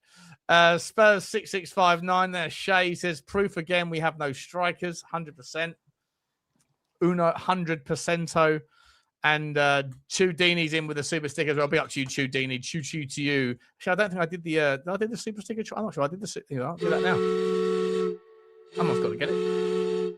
Big up to you all. Big up to you all. Thank you very much indeed for that, Chudini. If there's no trophy, it's us or Chelsea. What does that mean? Oh, what? So if we'd lost the game, does that mean that we weren't playing or something? We didn't get to win. Is it like a round robin or some bollocks? No, I think Chelsea game was still going to happen. So the Chelsea game was going to happen anyway. But if not, then how are they going to figure out who won the trophy? Was it going to be Chelsea's by default because they beat Sydney already? Yeah. What is that? He's fucking preseason winding me up. Winding me up. All right, listen. To anyone that wants to come in and to have their say, if you've got anything to say, speak now or forever hold your peace. It should be pinned. Is it pinned? If you want to come on, you can. I think it's pinned. Is it not pinned? No, I don't think so. No, it's there. It's there at the bottom of the chat there. If you want to come on, you can. If not, I'll put it in the chat as well. If not, we can. I think today, Shawnee, it's evident that we really desperately need some attackers. Like, it is so evident. And I've just got a feeling that part of this reason why he played the players that he did today is because, well, number one, I think he's trying to save them for the Chelsea game and for the games coming up to try and give them as much like a rest as possible. But it's worrying. The worrying thing is that are the players, the first team 11, going to have enough fitness in them when the Premier League starts? That's the concern. And of course, if we're going to have a whole new front three before the Premier League starts, or half of it by the time it starts, and then by the end of the window we'll have another one or two more attackers, then they haven't really had a preseason to really get to the mold of the way that they want to play. So yeah, it's gonna be challenging. We'll see what happens. Yeah. Ooh. All right, mate. Listen, not a lot going on there. Oh, we've got some bozos coming in to say hello. Let's find out who's the bozos. It's Mia. Hey, Mia, you all right, love? What do you mean, bozo? You never invite me on, you bozo. I'm not big enough. I'm not big enough YouTuber for you now. You're a donut. You're a bozo. You're donut number one. How are you, donut? You all right? Yeah, I'm all right. Bigger donut. What's going on? What do you think of that? Just evidence that we need new strikers, new attackers, man. Yeah. That was poor. That was just poor. I feel Tel gets a really hard time, but I actually thought that Tel was really good today. I think that the commentators were really harsh on him. I thought that he did some good bits, and I think he was unlucky not to score. Pardon? Commentators were harsh on who? Tel. Some of the things they were saying were a bit harsh on Tel. Were But they? yeah, I think so. I couldn't hear I had the commentators turned down, so I didn't hear any of it. But yeah, I feel like he gets a bit of a hard rap when actually I think he deserved maybe more than one goal. Really, I thought he did really well. Yeah, I agree. So, I agree. Are you on the Tel hill? Are you going to die on it with me? yeah, I've always said about Tel though. I've never been against Tel. Danny knows, isn't it? Because I've spoken to him about it. I've always been all right about Tel. I've always defended him somewhat. Do you know what I mean? Because I think people are just ridiculously harsh with him unnecessarily. And people who want to look for bad things will always find bad things if they're always looking for them. And that's what I feel like it is with Tel. It's true. It's like they just want something to moan about with Tel. And the problem is it's not Tel's fault, because if we were a proper football club, Tel would never have been in the position where he had to start that amount of games he had to start last season. Exactly. He didn't start that many games last season. What are we doing here? Thomas Frank put him on the bench and gave him 5 minutes at the end, and then people that want to go, he's shit. Look at, he played 45 games for Tottenham. Yeah, but he's played about 500 minutes for Tottenham because he got 5 minutes here, 5 minutes fucking there, and every single time he came on, this is why I will die on his hill, because he fucking tried. He worked his fucking socks off, and he created chances, and he scored some goals in pivotal moments. And yet people just want to be right. They don't want to give a fair shake to a 20-year-old kid who's now 21, and they still don't want to do it. He's better than so many strikers out, so many wingers out there. This guy is going to fucking thrive. De Zerbi knows it. He's going to start. Yeah. He's going to start for Tottenham, and Savinho's going to get. Sure, De Zerbi wanted him for Marseille, didn't he? He wanted to bring him in for Marseille when he was managing them in January. I think Spence is a good example of that. I mean, like, you get snubbed by a manager, you got snubbed by Frank, and then look how Spence has come back. I mean, he's on the world stage doing the tackles he's doing, and then not being funny. Tel, I don't think. All right, he gave that penalty away last season, but apart from that, I think he could be a fucking great player. I think he could be a really, really good player. I just think he needs unlocking, man. Do you know the one thing I will say about Spence is it ain't just Frank that dropped him though. With Spence, he's a bit of a funny one because other managers have also dropped him. So I think it's like an attitude thing, because as soon as that player that he's covering is back, he gets dropped. So I don't think it is with Spence just a one manager thing. Well, it's been multiple. 100%. I think wasn't it Levy that bought him when it was Conte in, and then Conte didn't even want him, and then he got loaned out, didn't he? So. Yeah, and he got sent back, and apparently he had a bad attitude when he was out on loan as well. So with Spence, I'm a bit like dubious about him because I feel like it's more than one manager has that opinion of him. So I'm not sure that it is just a Frank problem, although Frank was a problem. I couldn't trust him to run a bath. Like, literally, that guy was bloody useless.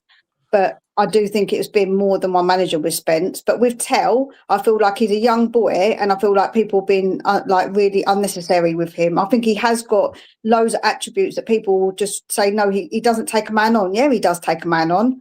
I think he's a really good crosser of the ball. I think he's really good on the ball. So I don't know why people are moaning. And then they're saying Savinho's better. I don't understand it. I don't understand it either. Based on what? Based on what? You know, it is what it is. And I can't wait. I can't wait to finish this stream so I can then go and clip that fucking 45-second little bit where I went, you watch, Mathys Tel's going to get this free kick. He's going to stick it top bins. I'm going to smash a magnum and go absolutely mental. And 10 seconds later, he does exactly that. He does exactly that. It's gonna be all over Twitter, all over Instagram. It's gonna be all over this fucking YouTube malarkey, and everyone's gonna come in with their takes, and people are gonna get blocked. I'm just putting it out there. People are gonna get blocked because they're winding me up. They are winding me up. Listen, we've got a couple of people in the background. If that's it, listen, I don't want to go for too long.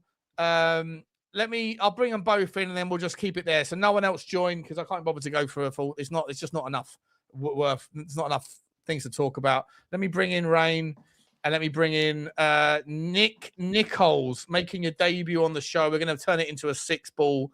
Welcome, Rain. How you doing?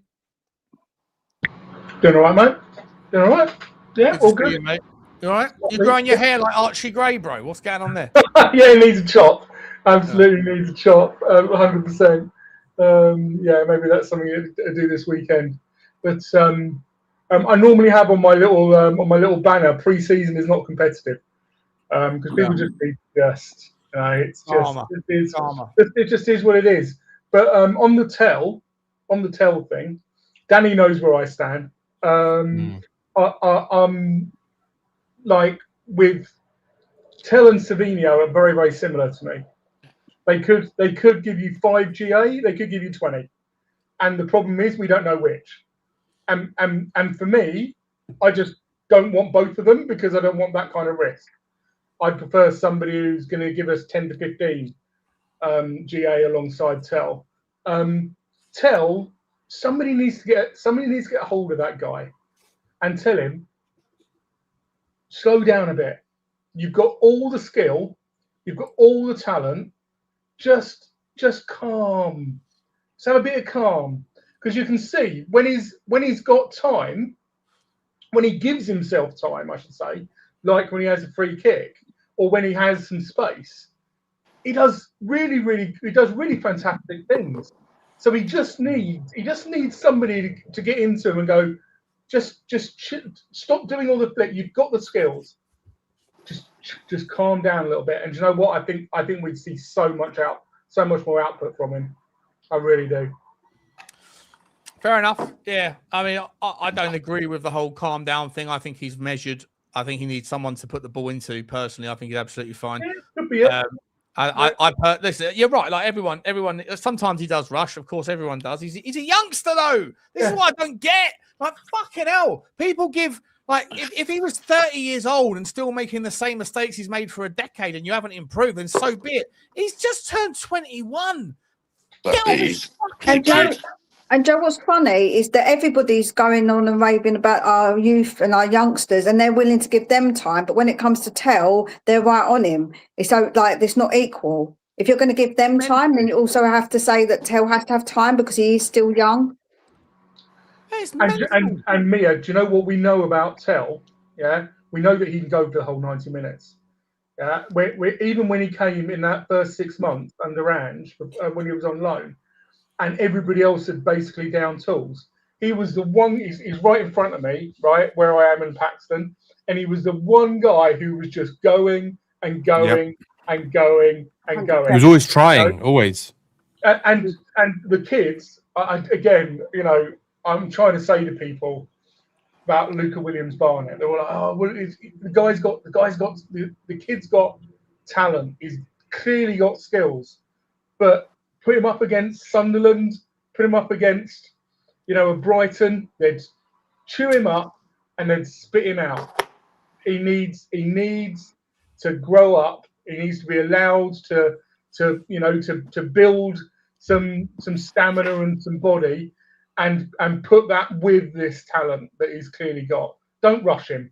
Let him grow up a little bit. Yeah, Luke Williams tried it for sure. Yeah, and I think he was rushing him. I agree on the rushing thing with him because I think he rushed a little bit today as well. Nick, hello, mate. Good to see you. Welcome to the show. How are you, bro? Yeah, I'm all right. Good afternoon, panel. Good afternoon, chat. Afternoon. My take on Tel.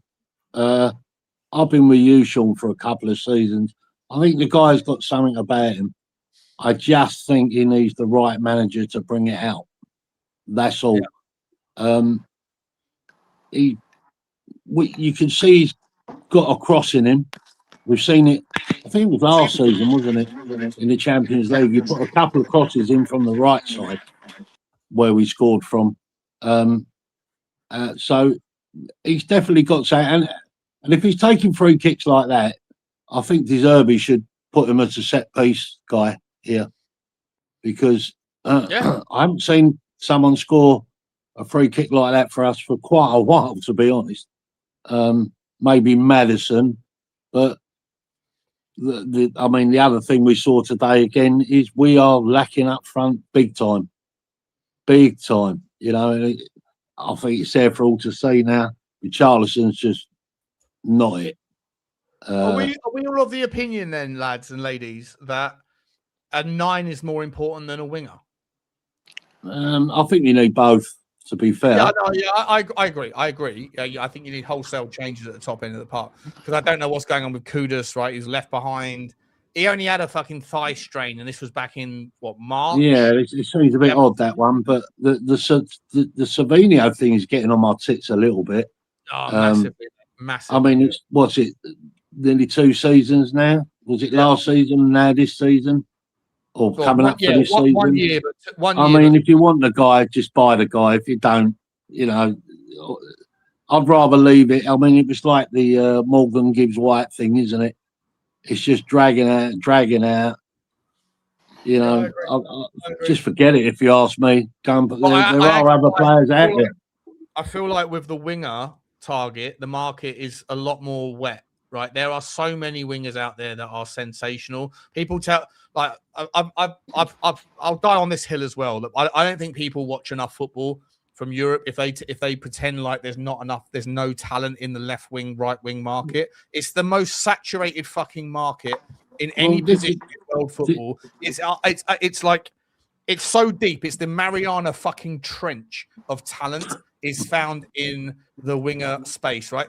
So if you want Savinho, give a put up or shut up message exactly. That's what I've been saying for a while now. Don't wait. Like, no, sorry. Like, you want to wait until you buy someone first? Fuck off. Take the money or not, because everyone has to work in that regard, right? You don't get to have your cake and eat it, especially at that price point. Either take the money or go fuck yourselves, basically. But you can go somewhere else in the winger market and find a replacement like that. There are so. When the club came out in January and said there are no players out there better than what we got, I mean, I nearly fell through the floor. You know, I mean, come on, there's plenty of players out there. The 9 market is very, very, very thin. It is thin, right? I cannot believe that Arsenal have just gone and got Zolis for 35 million quid.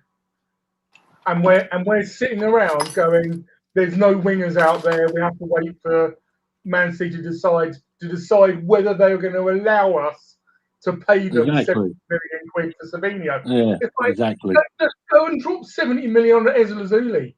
Just, you know, they will take it. If we're that desperate, just go and drop it on him. Go and drop it on. Even players like Leao's going to Fenerbahce on 200 grand a week. I mean, like, what, 40 million? I mean, what? That's crazy, isn't it?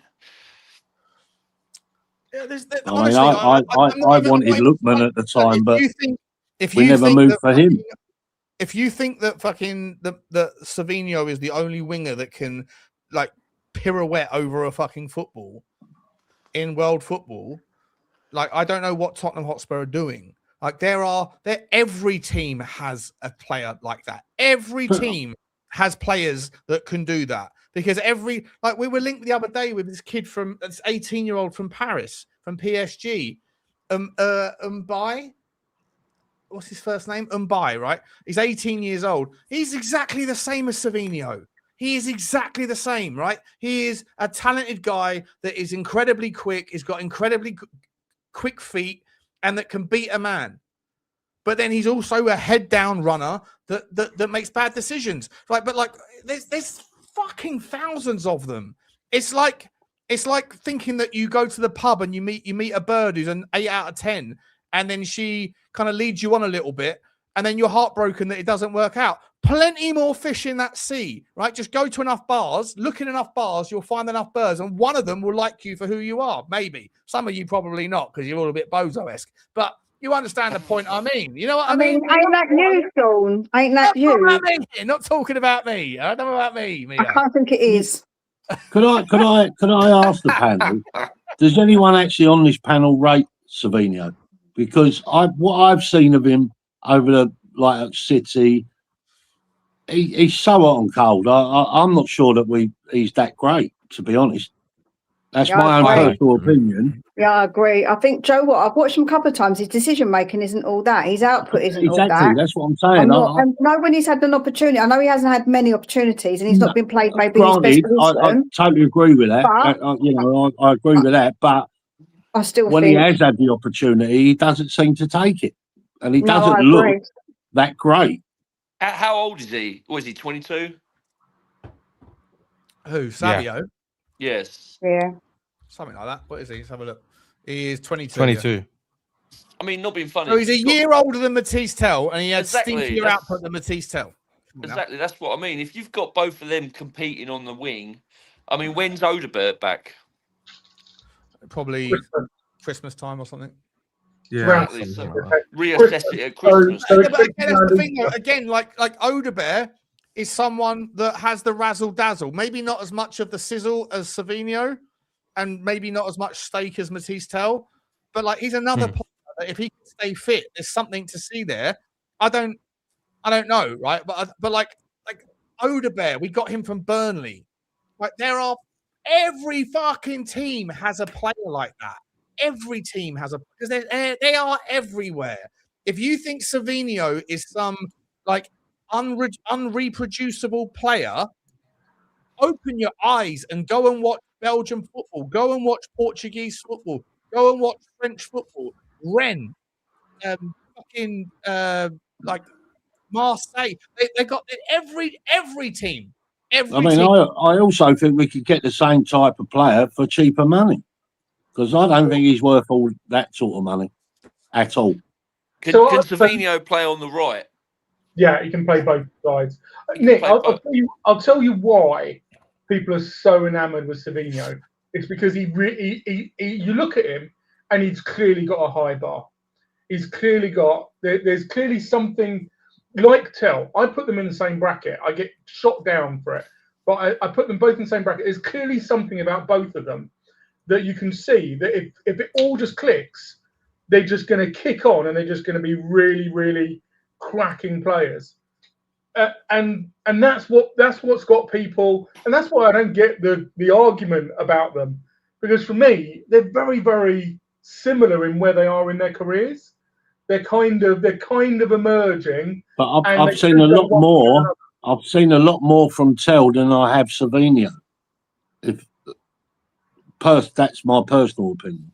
No, but if you're someone that sits there and dismisses the stats because the stats don't support your argument, but you pretend like you watch Manchester City as closely as you watch as Tottenham Hotspur, which no one does, right? No one is there watching every single minute that Savinho plays. So you go to the YouTube highlight reel and you see him nutmeg a few players and you see him razzle and dazzle and do pirouettes, and you go, the eye test proves it. No.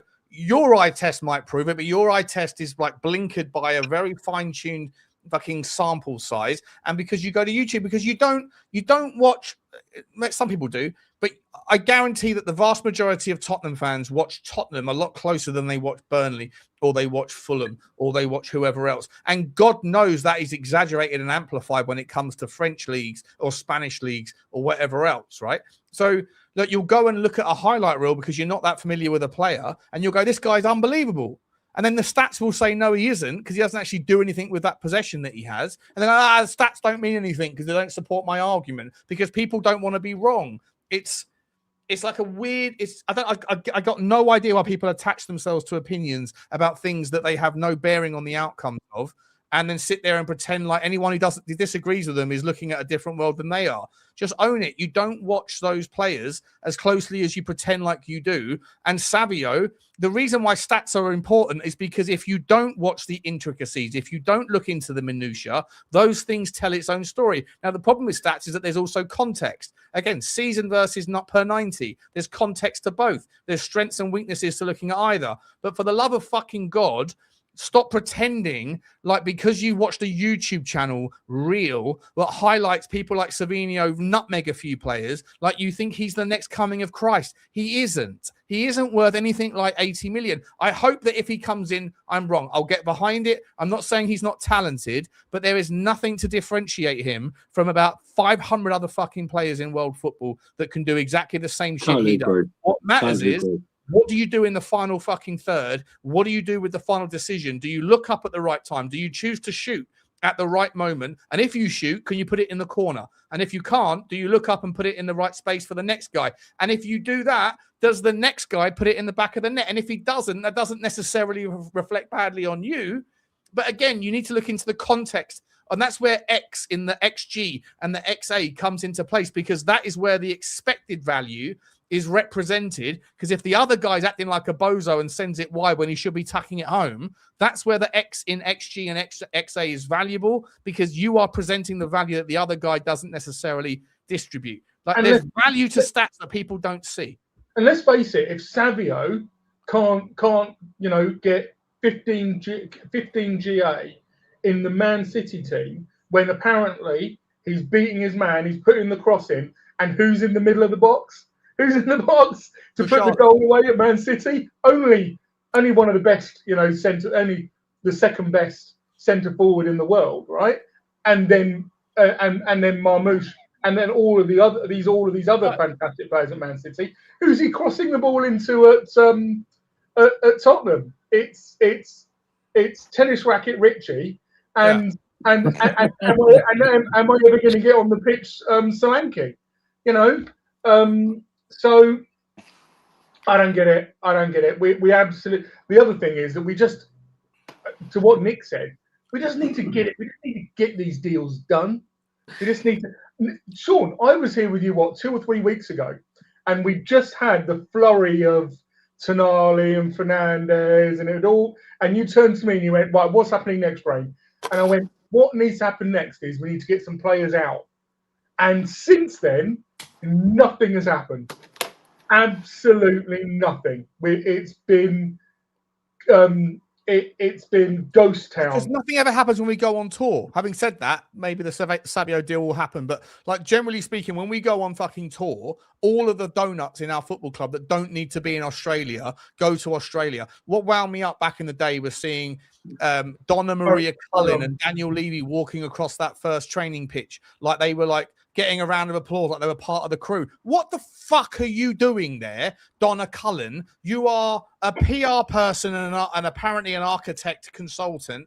Stay the fuck at home. You are 100 grand of cost that does exactly. It's all about the fucking red wine and the Sydney Harbour Bridge and the fucking the fucking nice bit of beef and all that. Like, fuck off. Same with you, Levy. Same with you. Whoever it is now that's calling the shots. Does Johan Lang need to be in Australia? No, he should be at home. Same with the guy Rafi Mawson. Do your job. This is where you are earning your money. Not in October, not in February. Now, stay at home and get the fucking Savio deal. If that's what you want to do, get it done. I don't need to see you enjoying a fucking red wine and a fucking bit of lobster by the Opera House. What are we doing here? You don't need to be there. Yeah, 100%. Let me just do a couple of super chats. Let me do a couple of super. I'm getting wound up now. I'm getting wound up. The fucking magnums are hitting, and it's only lunchtime, and I've got to record a fucking marketing video for another client. I'm getting annoyed. Let me do a couple of super chilly chit chats. Mia, your face is looking like you want to say something, and I want to fucking this. What are you going to say, Mia, before I get wound up? Nothing. I would never say anything. My little halo, can you not see it? I can see it. It's bounced. It's reflecting off of that tattoo on your shoulder. I love it. The devil on one and the angel on the other. I love to see it. Big up to Cowboy Spurs, member for 13 months. Thank you for your loyalty and your generosity, Cowboy. He says, Tel, no Savio, Ferran Torres, and Endrick loan. Do you know what? I'm actually going to I'm going to keep that one. I'm going to come back to it, mate, because I like the idea of Ferran Torres. Although this might offend people, it's not a concern for me. But we have to discuss. He's obviously. I'm pretty sure he's overtly gay, and I don't know if that's a problem in the Premier. Has there been a Premier League overtly homosexual player that's come out yet, or anything? I don't know. Is that a thing yet in football? But he's very, very, very much. Wasn't Fashion You, brother? Wasn't he gay? He came out when he played for Norwich, but I'm not sure if that was in the Premier League. No, it was Wimbledon, wasn't it? And then that was his brother. That was his brother at Norwich. It was Justin Fashion, and he ended up hurting himself, didn't he? Yeah. But I'm not sure if that was the Premiership. It might have just been before the Premiership, but. Yeah, I think it was, but I don't think there's an overtly gay guy. I think he's overtly. I think he's come out. I'm pretty sure he has. I think there's a lot of them that just don't want to come out. They're too scared. 100%. That's my point. That's my point, right? Like, there's a lot of people that are out there that are gay, but I don't think anyone is. They seem to come out after their careers are finished. Yeah, I just wonder whether if that hasn't happened in the Premier League and he is of that does that persuasion, does that affect him if he's on the terraces? I don't know. I'm not saying it in a bad way. I'm just putting it out there. I think it did for Justin at the time because there was a lot of banter at Justin. He ended up hurting himself, right? I don't want to say the word. Yeah, he had a mental breakdown and all sorts. Yeah, I don't know why anybody would bother anybody. What you do in your bedroom is no one else's business. So I don't know why anybody lets them affect them. If he's a good footballer, I don't know why anybody. I know what you're saying, that people might be like that, but I don't understand it. The terraces. I'm not saying. I understand. I'm with you. Of course, it's not a big deal. Well, the trouble is, people are like that, aren't they? And because we still have racism on the terraces. Yeah, no, of course, exactly. That's my point. Is that we shouldn't have that.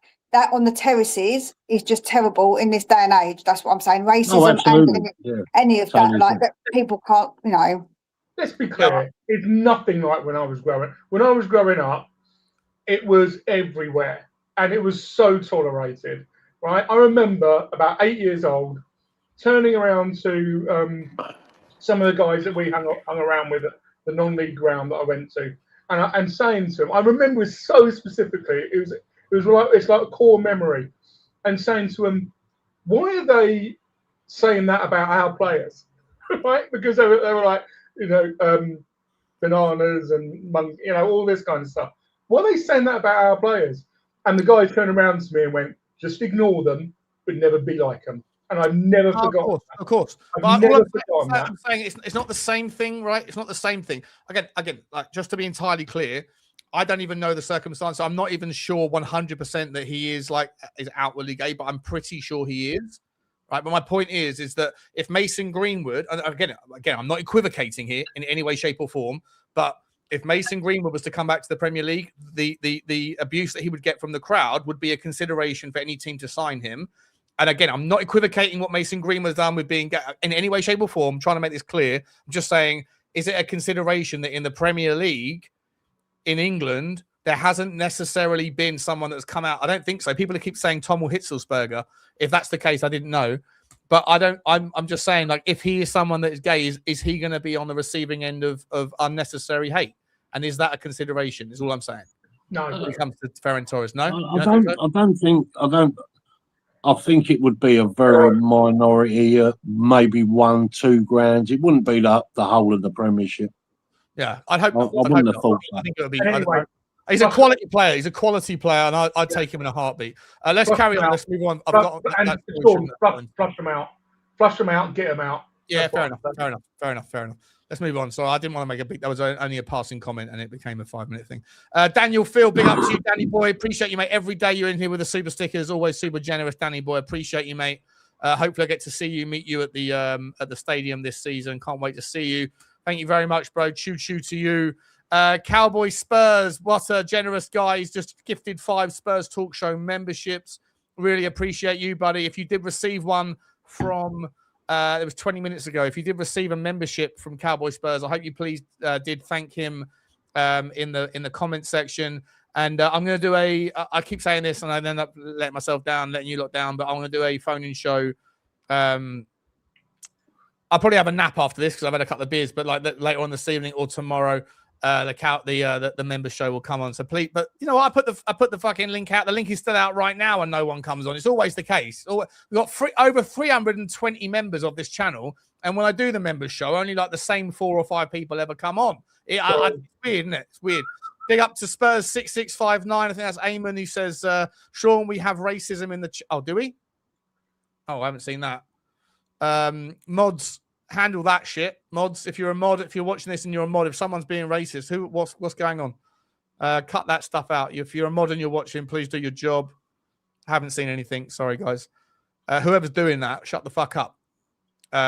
Keith Edwards, big up to you. He says, in my opinion, De Zerbi being clever, having Tel take free kicks and crossing the ball and keeping Solomon. Quick question, guys. Is there any interest in any of you in Manor Solomon being a part of our squad? Not for political reasons. Don't want to hear that shit. Just in terms of the talent of the player. I think he's got no end product. I think that he's strong, and he's got low sense of gravity, and he can like hustle his way through. But I just don't think he's got the end product. Totally agree. I think he gets to the 18-yard box, and that's it. He seems lost from there. Can't seem to.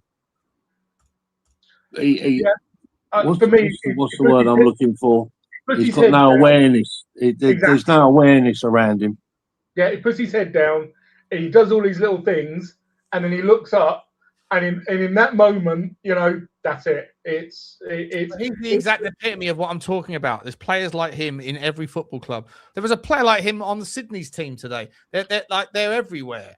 They are everywhere. They're like fucking mosquitoes, So let's not value people on their flashiness. Let's value them on something more important. Jamie Allen from Canada, big up to the Canadian Spurs. He says, all of our signings have been Prem proven first. Savinho was City's starting winger in the first season and crushed in Spain.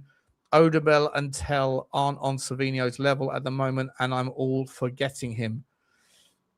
Fair enough. I disagree. If I'm entirely honest, if you're not on board buying players because they're not Prem proven, then you can't be pointing to a season in Spain and saying that's the reason why we should sign him.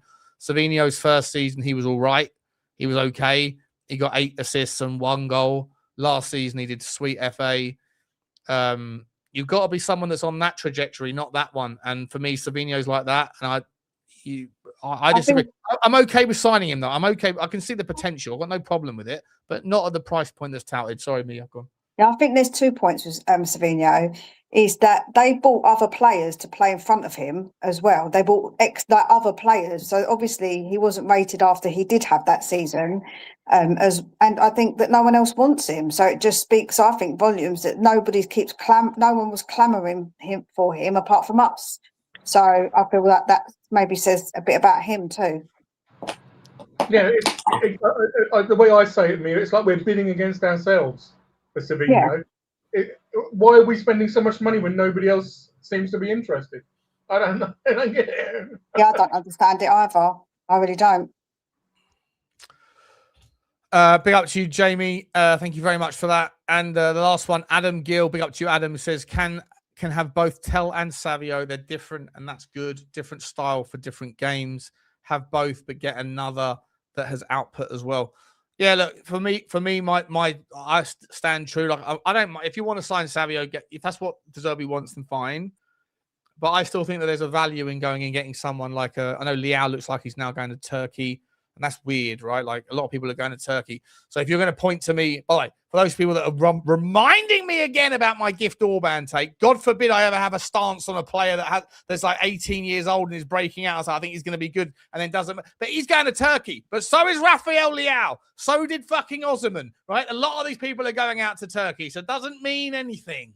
But I still agree with the notion of get an output winger as well that can do something more centrally. And that's why I'd be more than happy. I'd be delighted if Tottenham signed Rashford. I'd be delighted if Tottenham signed Leao.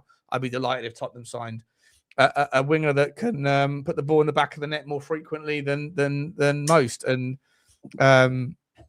different styles make fights, right? If it was me, I would want Gakpo and I'd want Mamouche instead of Savinho. They're my two for me. I think that give you good output. I feel like they would give you something more than what we've currently got. Yeah, I agree. I don't mind. I'm happy with Gakpo. Happy with yeah, I'll take both of them in a heartbeat, in an absolute heartbeat. I mean, I couldn't understand why Liverpool fans were against Gakpo, because every time I watched him last, he's just. I think he's great. I think he's got a good shot on him. He takes players on. I mean, what more do you want? Yeah, and his stats are sensational. Exactly, but you've got Liverpool fans moaning about him, like Tottenham fans moaning about Tel, I suppose, isn't it? Yeah, but I think Liverpool at least have got like on a different general level to Tottenham. Like Liverpool can attract Bradley Barcola, like Tottenham can't.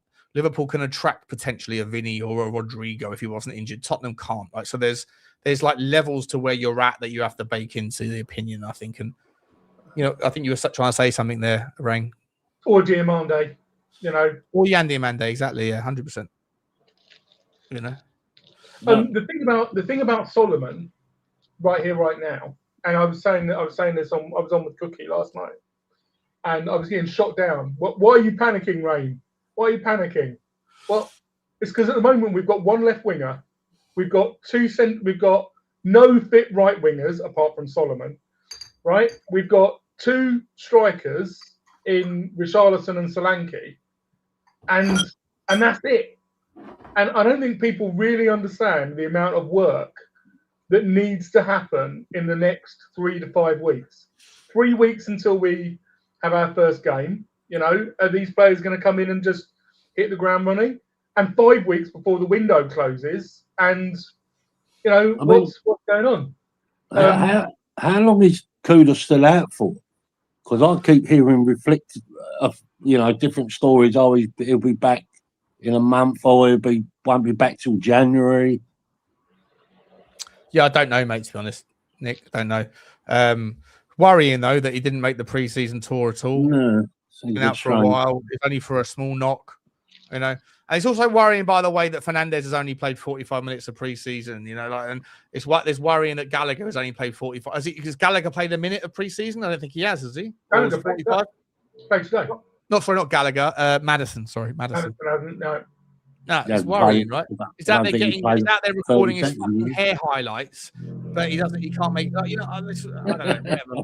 Hey, listen, guys. Listen, we're gonna round it off. I just realised what the time is. It's 1:30. I got dog duties to do and other things. Mia, I want to say massive thank you for you coming on. What's going on Tottenham's Lone Wolf, Mia? Let me get your link up for your show. I will be live tomorrow speaking about the game, so I'll be on at 11 o'clock. Let me get the link. Guys, please do go over and give a little love to Mia. She's a donut, but she's a lovely donut.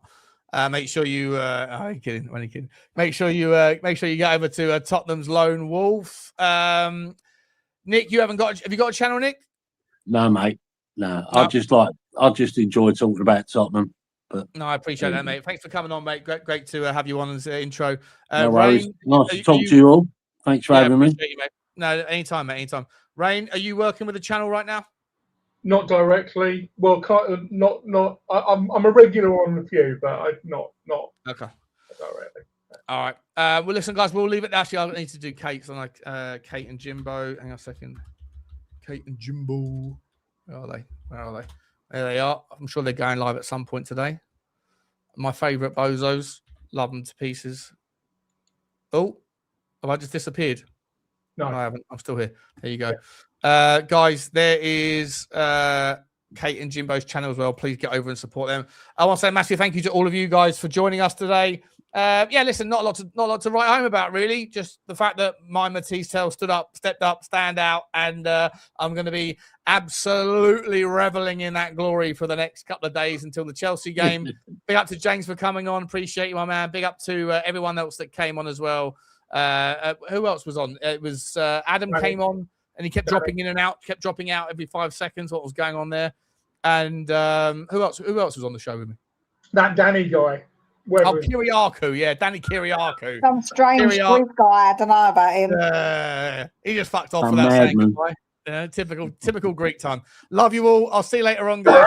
Else. And as always, appreciate everyone. Take care. Bye. How are you, Spurs?